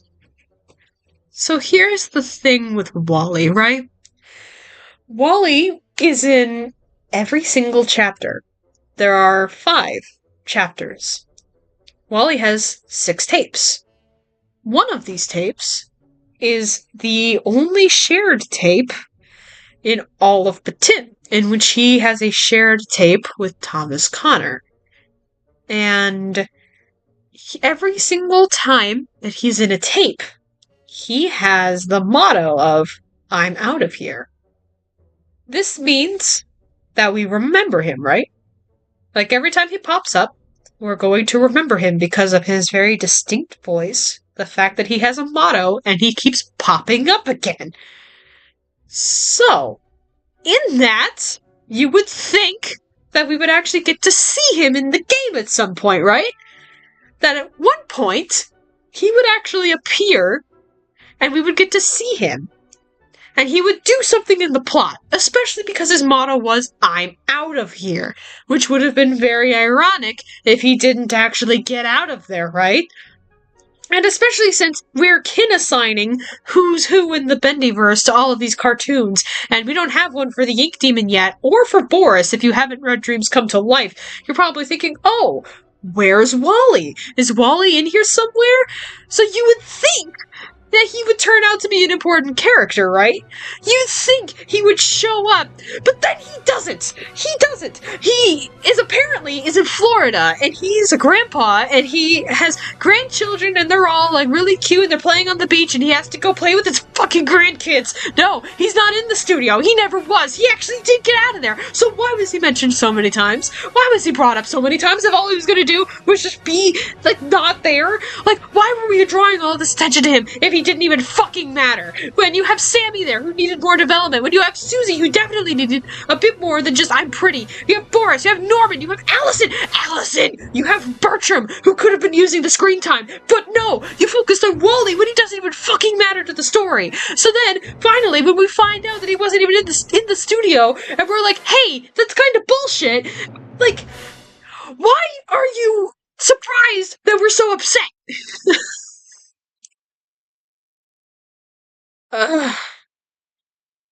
here's the thing as well, is that, like, there's one part in BATIM, in chapter 5, where we find out that Wally has a tape, right? The chapter 5 tape is of Wally saying that he just found a really, really big chocolate cake, and it was really good, and he ate it all by himself, and surely no one will notice, right? I remember playing Chapter 5 blind as a kid, and I was with my sibling, and we both just stopped and stared at each other, and we were like, oh my god, this is it. We're about to meet Wally, because in my head, I was like, oh, the cake was poisoned. That's how they got him. That's how they got him, because otherwise he would have left. They had to force him to stay somehow, right? So they poisoned the cake, and now it's gonna be revealed who Wally actually was this whole time. And then Wally never actually showed up, which means that that tape was there for no fucking reason. Listen. If you want to have a comic relief character, that is completely fine.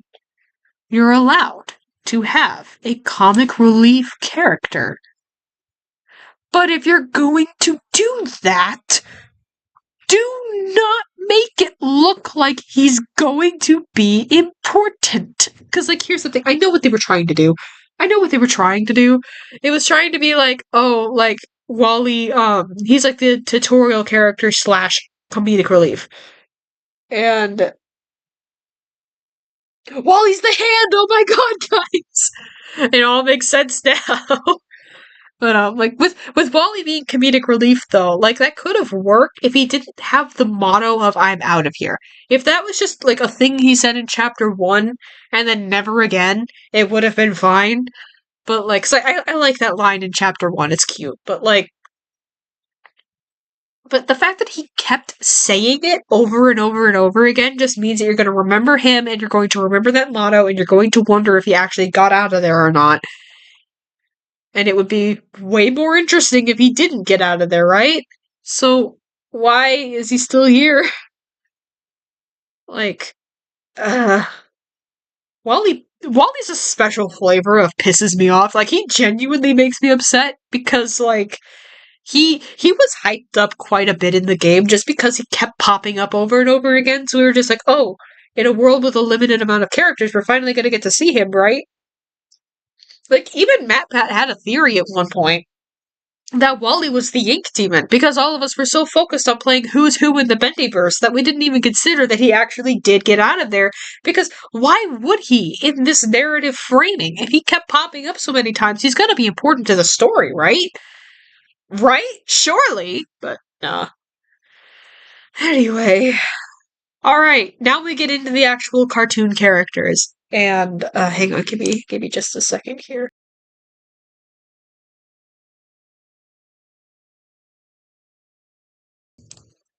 Yeah, so now that we're getting into the actual cartoon characters, I have them arranged in such a way that we're going to be talking about Bendy last. So first up is Boris. Now, with Boris, like, okay, we need to talk about Boris for a second before I could rank him, because this is going off what we see in the games. And remember, according to not canon Mike, the books are no longer canon, which means that the crack-up comics do not actually exist. Which sucks, by the way, Mike. So, Boris's characterization is going to be what we see in the video game and what we see in the shorts on YouTube. Actually, no. Boris fucking sucks. Like, okay, here's the thing. Boris is supposed to be Bendy's best friend, right? But Boris is supposed to be, like, his troublemaking buddy, or the person that kind of keeps him in place. But every time you ever see a written description of Boris, Bendy is always mentioned, and it's always mentioned that they're friends. If you actually watch the shorts on YouTube, Boris is, like, borderline abusive to Bendy. Like, the only reason I say he isn't straight up abusive is because he doesn't seem aware of his surroundings at any given time. Like, Oh my god, there's two shorts specifically that really piss me off, and it's the Snowtime Sillies one, and the one where he bakes the gingerbread man, and you have the funny scene where Bendy like smacks his face into the pan to flatten out the dough. Like, but in both of those have a very, very similar story structure to each other in that, Bendy goes to make a friend. In the Snow Silly short specifically, he goes to build a snowman, and then Boris walks by and drops a carrot on the ground, and Bendy's able to give the snowman the carrot for a nose. And then they're friends, and then the sun comes out, melts the snowman. Bendy's really distraught over this. Boris walks by, doesn't even notice Bendy, just picks up the carrot again and eats it as Bendy looks into the camera and cries, and that's how the short ends. Like, Boris did not realize that Bendy was even upset. He just grabbed the carrot and walked by. Or you have the other short, which I think is even worse in this context, where Bendy goes to make a gingerbread man, and the gingerbread man and him get along already, where they're smiling at each other, and then the gingerbread man lays back down, Bendy puts him in the oven, and then we go to a shot where the camera doesn't cut away, it's just Bendy puts him in the oven, and then waits a couple seconds till the oven dings, and then pulls the sheet back out, and then in cartoon logic, the gingerbread man is gone, and Boris is eating him! Like, this is good cartoon logic and would have been good in service of a gag if it was actually funny. It's not funny, it's just horrible. Like, Boris is such a bad friend to Bendy in the shorts, like, repeatedly. Over and over and over. Those are the two that piss me off the most. But, like, in every single short, Boris either just completely ignores Bendy's existence or actively makes his life worse. They are not friends. Like, whoever at Joey Drew Studios thinks this is a good example of friendship should get fired. And I know what your immediate reaction to that is that, like, oh, it's Joey. Obviously, this is what Joey thinks that good friendships are, or at least this is what he thinks is funny. Okay, why didn't we hear about that, though? Like, shouldn't employees talk about the fact that, like, Boris doesn't seem like a good friend despite Joey insisting that they are, and then he goes on to write them like this? Like, it would be nice if that's how it was in universe, if Joey actually got called out for it, but he didn't. The game just expects us to believe that they're still friends, despite the fact that they act like this towards each other. And, like, here's the thing. This is a big reason why I do still consider the books canon, because if you don't consider them canon, then this relationship is just absolutely abhorrent. But if you do consider them canon, then the Crack-Up comics exist, and the Crack-Up comics are genuinely so good. Like, Boris and Bendy's relationship in the comics is genuinely really, really good. And they get along really well. And they play comedically off of each other really well. Like, it's just, oh my god, if you haven't read the Crack-Up comics yet, you need to do it, because this is, like, peak characterization for these guys. Like, oh my god. In the Crack-Up comics, Boris actually genuinely cares about Bendy, doesn't support a lot of his escapades, but will still support him as a person, and Bendy values Boris as a friend. My favorite Crack-Up comic is actually, The Devil's Pitchfork, where the devil is called Papa Pluto in this universe, and I don't know why, but it's great. And in the short, Papa Pluto sends Bendy a pitchfork, and the pitchfork has, like, dark magic, and then Bendy can use it to grant any wish he wants. So the first thing he does is turn his fish into a massive monster, and then gives himself a mansion. But then after that, immediately he runs to Boris and is like, hey, I have a magic wand that's shaped like a fork. What do you want?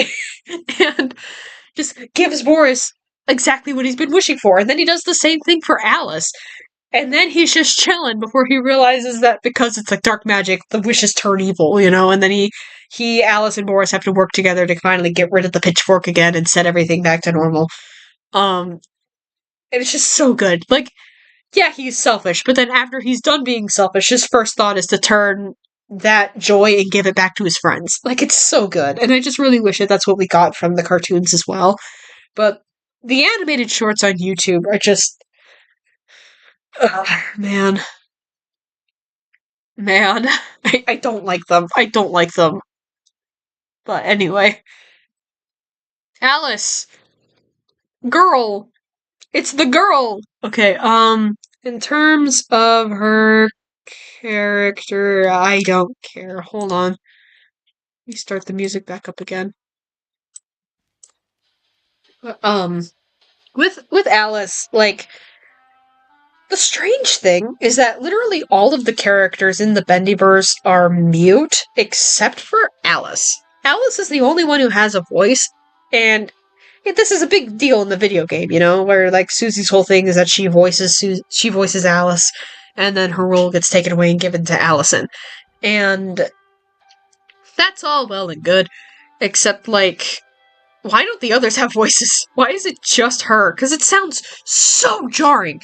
Like, actually, you know what? I think I can just show you. Hold on.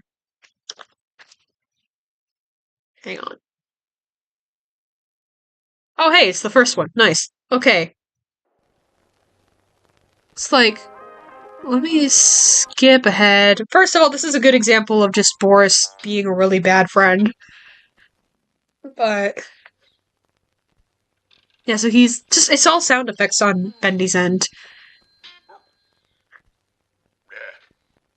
Yeah, so Boris is like, no. Bendy gets upset enough that he starts crying, and then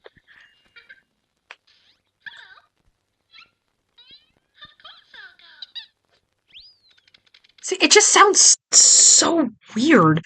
Where, like, you have Bendy's whole thing is that he just uses sound effects to communicate, and then you have Alice talking in full sentences. Like, it's very strange. Like, it just doesn't work. And, like, this would be an issue either way. But just, like, why do the others not have voices? I think that's just the one thing that I have with Alice is that because she's the only one who has a voice, she just sounds very weird. But yeah, I don't really... Actually, they could have done more with her, just because, like, she is also supposed to be Bendy's rival, so they're supposed to be, like, fighting each other a lot, and we don't really get to see that either. Like, in that short, they're, like, going to go see the movies together. But yeah, anyway. What's your gang? Charlie! Charlie! I love you? Okay, full confession, I absolutely freaking love the Butcher Gang. I love them so freaking much. In the shorts on YouTube, they're something. They're certainly something. But, like, Charlie. So they only appear in one short on YouTube, and I believe in 2 other of those, like, clips that play in Chapter 5, where on YouTube, they just go get jobs. They don't actually do anything wrong in that short. They're just employees trying to work retail, and as someone who also works retail, I 100% understand where they're coming from. Like, they don't even do anything wrong. I mean, Charlie does, technically, when he steals money out of the cash register, but who cares? Like, okay, so he did something mildly, morally bad, but he's supposed to be, like, one of the main villains? Okay. It's just a strange introduction to the Butcher Gang, but then in the... I'm not gonna bring up the Crack Up comics again, you know they're good, but then in the other 2, like, clips that we get to see on, in Chapter 5, you see, first of all, they shrunk Bendy down, trapped him in a jar, and started tormenting him. Delightful. And then you have, the other one, where they're, like, having a bar fight, and then Barley throws a pie at Edgar, and Charlie's just kind of standing there. Or I think it was No, he threw a pie at Charlie, which is even better. As Edgar was just kind of standing there, and Bendy was just kind of watching. But, like, I don't know, I love the Butcher Gang. I'm just gonna put them all up here. For the 2 shorts that we see in the game, delightful, wonderful. Actually, you know what? Hang on. Fight me. Excellent. No, it's... Like, I just wish that, like, the short on YouTube was a bit better, but even then, it's kind of funny that they're just doing normal things for that one short. I just wish that we got more of them, to be honest. Like, I want to see them more. They're great. I love them. Which brings us to Bendy. Okay. This one is a bit of a weird one because, like, the way that he's...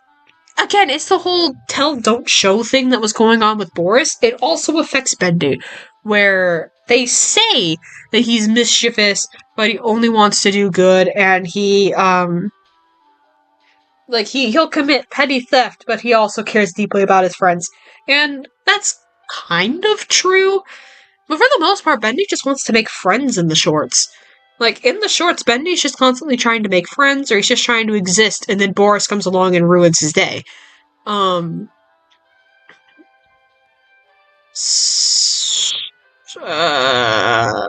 putting him in what the hell happened here. Because, like, he was supposed to be, like, he's supposed to be a lot more mischievous. Like, he's supposed to be taking a lot more action than we do actually wind up seeing from him. Which, again, the Crack Up comics are really good, and y'all should go read them if you haven't. But, like, just in terms of, like, the shorts and what we see in the screens, he mostly just exists to be cute. Like, his entire characterization is just cute. He's cute. He does cute things. And so when bad things happen to him, you feel bad because he's cute. When Bendy was mostly... But Bendy's a demon! Like, that's the thing, is that Bendy's a demon. Like, you realize, back in the 30s, there was a lot more religious people, right? Specifically of the Christian variety. Like, people absolutely would have picked up on the fact that, hey, that's a demon. Are you not promoting demonic, like, demons being good people? Don't you think that might be a bad thing? So why did they go with Bendy being a demon if they knew that they were going to get pushback like that? Where is the pushback? According to the game, with the whole tell don't show thing, America just loves him. X the doubt. Like, the religious right especially would not like Bendy. Just because he's a demon. Like, you could have absolutely played with that a bit, but you really didn't. You mostly just made him cute and moved on. So, like... And also that, too, because Alice is an angel, and she rivals Bendy. Like, she's supposed to be, like, the morally good one. But Bendy's our main protagonist, so unless we're actively, like, following a villain protag, which we're not, like, that would mean that Alice is sometimes in the wrong, which would portray an angel as bad. You know the religious right would be upset about that. So, like, I don't know, you really could have played with that idea, but you didn't. The skeleton. I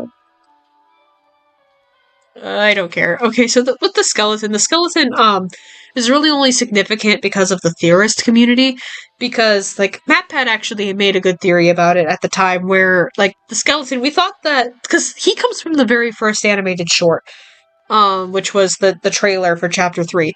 It's re-uploaded as its own thing now, but the skeleton kind of spends the whole short just chasing and tormenting Bendy, until Bendy runs away to a spot where a shadow falls over him, he smiles, and then it cuts. Which you can infer that was Joey. Like, Henry looks up, oh my god, Bendy looks up, sees Joey, and then smiles, because you know Joey would do that. And in but in the short, with the skeleton tormenting him, we thought that it was all going to be, like, a big metaphor for something that actually happened in the studio. And with Bendy being in the place of Joey, who we thought was outrunning death, that makes the skeleton the literal symbol of death following Joey, which would explain the wheelchair. Like, a lot of things just clicked into place with that, but... Again, that may not actually be what was going on, especially since the wheelchair really did kind of just get forgotten about. So, like, in that, with the skeleton being symbolic of death, that would be cool if it were canon. But because we have no idea, and because the game really isn't throwing us any hints here, it just kind of threw that out there and then abandoned it. He's going, and I don't care. He's fine. Oh, now we get to the villains. Okay. So, this is the wrong music. Oh, which music should we put on?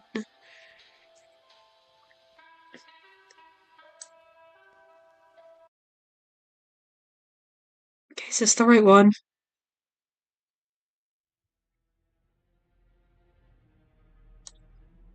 It works. Okay, so with the Ink Demon, I'm torn, because there's kind of two different versions of the Ink Demon out there. You have the first one, who is the mindless monster who's soulless, who just wants to kill you, right? And he follows you throughout the game. He doesn't really seem to be planning anything. He just sees you and then gives chase. But then you have the other version of Bendy, who is specifically from Chapter 4, who had two opportunities to kill you and decided not to both times while acknowledging your presence. There was the time in the vents, and there was the time in the Miracle Station after he killed Norman, where he looks directly at you and then decides not to kill you. So clearly he has other plans for you, right? But then in Chapter 5, that gets completely forgotten about, and we go back to mindless monster Bendy. So, like, you have these two versions of him that are kind of competing for attention, and I'm gonna put him in What the Hell Happened Here.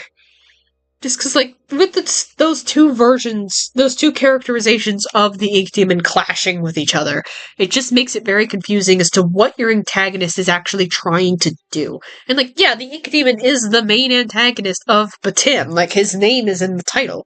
It is Bendy and the Ink Machine, and this is just the ink version of Bendy. Like, the Ink Demon is just his nickname, so, like,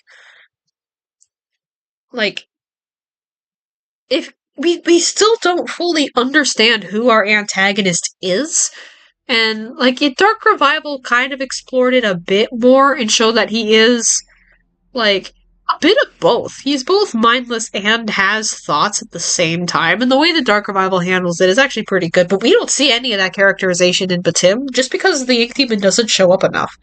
Like, we're only in danger of getting killed by the Ink Demon in Chapter 2, Chapter 3, and the last half of Chapter 5. Other than that, we're not ever in danger. Like, Chapter 1, he poses no danger to us. Chapter 4, he poses no danger to us. The majority of Chapter 5, he poses no danger to us.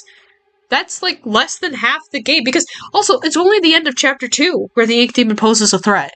So that's more than half of the game where we might just straight up forget the Ink Demon even exists. Which is really bad, considering he's supposed to be able to see and hear everything, and he, like, or at least that's the rumor, right? And he can travel anywhere throughout the studio at any time. Why are we afraid of him again? But that also brings us to Beast Bendy. I'm gonna go through these a little bit faster, because it is 5. But, like, with Beast Bendy, I don't care. Like, I guess his reveal is alright, but actually, no, I like the Demon more than Beast Bendy. I don't like this ranking. I'm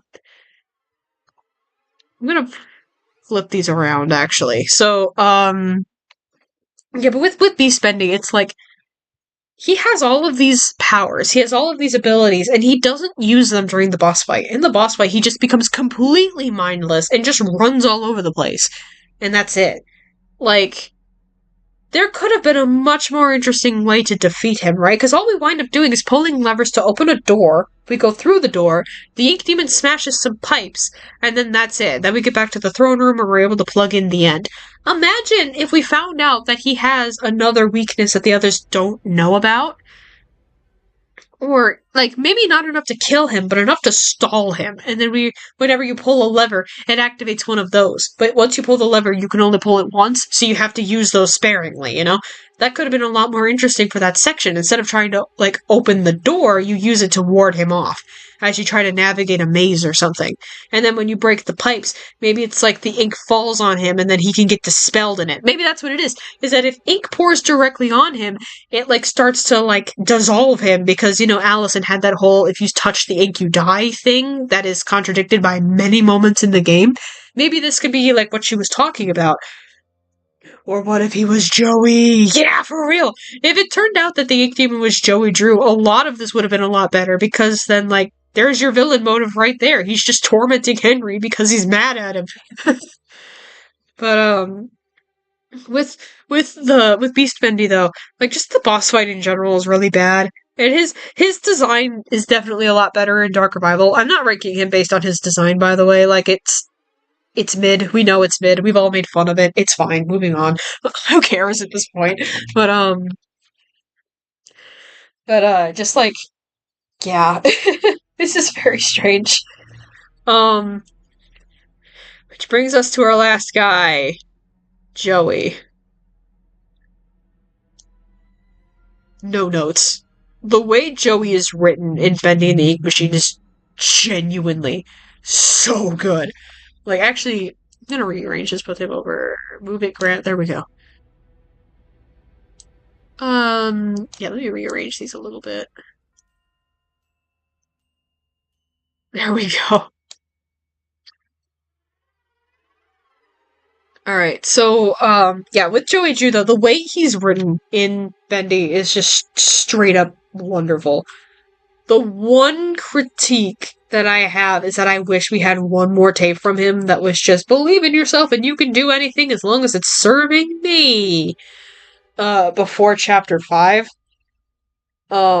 Because like I don't know. It's just you got that one tape where he okay, so the whole build up this whole time you've been hearing nothing but negatives about Joey. You hear how he's just a bad boss, or he's taking unnecessary risks, he's cutting really bad corners, and then you hear him and he's like, "Hey everyone, believe in yourself and you can do whatever you want to do. You can be the best you that you can possibly be. All you got to do is believe in yourself and you can accomplish great things." And now you're just sitting there confused because the image that you had of Joey in your head is not matching the actual Joey that you're hearing right now.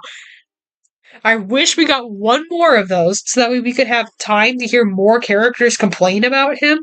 So that way you can go, oh, he was lying, wasn't he? And then you can kind of notice the pattern of Joey only says these things to get people to work for him better. And then you have the reveal of it. Okay, let's turn that off. I can only do so many takes of this trash a day.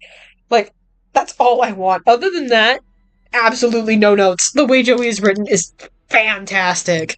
Like, oh my god. The way he's able to manipulate everyone in the studio, the way that, like, despite people knowing he's bad news, they stay anyway, and they, like, keep trusting him, and the way that he has so many people just wrapped around his fingers is just excellent. It's just so good. Oh my god. And also, the fact that his villain motivation is Henry left me like 30 years ago, and so I'm going to take out all of my anger that he left on this poor version of Henry that may or may not actually be the real Henry. I'm just going to take all my anger out on him and then victim blame him for everything that I did and call it a day. That is so petty. I love it. It's great. Um, just man. Just man. Joey. Joey's just such a wonderful antagonist. I love him so much. But yeah, I think with that said, here's the rank. Oh yeah, real quick, while we're here, I might as well just like the Nightmare Run characters, I really don't care that much about them. They're fine. They're whatever.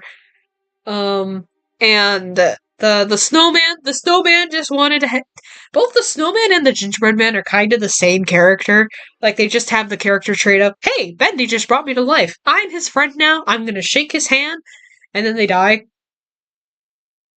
Why am I still on the Stimmy sprite about that? But like, that's it. So they would go in what the hell happened here if they counted for the purposes of this list. Actually, I have been referencing the cartoons. They do count. They both go in here because they really do just exist to be tortured in this universe. And then the nightmare characters, I don't care about. Yeah, I think that's it. I I love Bendy. I really wish it was better written. I also love how in Bendy and the Dark Revival, Joey's memory still is egotistical and lies to make himself look better than he is to Audrey. Yeah! Oh my god! The way Joey is just consistently. Also, the car. Oh my god. Yeah. What's the taxi? The taxi got like so much better in the new one. Oh my god, that's insane. But like God, just Dark Revival Joey is written so well. He's written so well. Of just like, again, just manipulating everyone around him. Even in death, Joey is a manipulative, lying son of a bitch. To the point that even part of the audience fell for it. Which is insane. So many people just took him at his word. like on first playthrough, that it's absolutely nuts. Like, Joey does seem to care about Audrey. No one's arguing that. And it does look like he's had a bit of a character arc, but he's still not taking full accountability, and that's wonderful. Fuck this guy. Um, oh my god. Like, here's the thing too, is that like this ranking is not listed by my own personal opinions of the characters and how much I enjoy them as people. This is just how I think they were written in the game.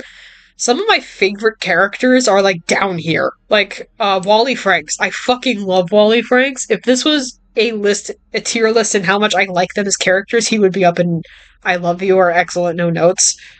But because of the way he was handled in the game, he's down here, unfortunately. But yeah, okay, I'm a lot more happy with this list than I was originally. This looks a lot better. But yeah, all right. So thank you everyone for joining me. This was really fun. I maybe want to do something like this again if I get like an idea for it, because I really like ranking stuff. I just don't know what to rank a lot of the time, so I just don't. This was really fun. So thanks for joining me. And I'm sorry this stream lasted over 2 hours. That shouldn't have happened. But yeah, alright, let me put on better music. But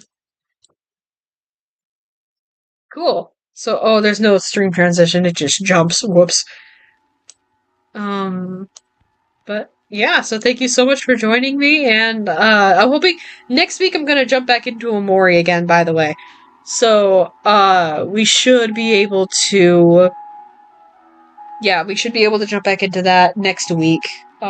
Aiming for Sunday, but if not, maybe Wednesday or Thursday, depending on my work schedule. So yeah, thank you so much for joining me, and I'll see you guys next time. Bye!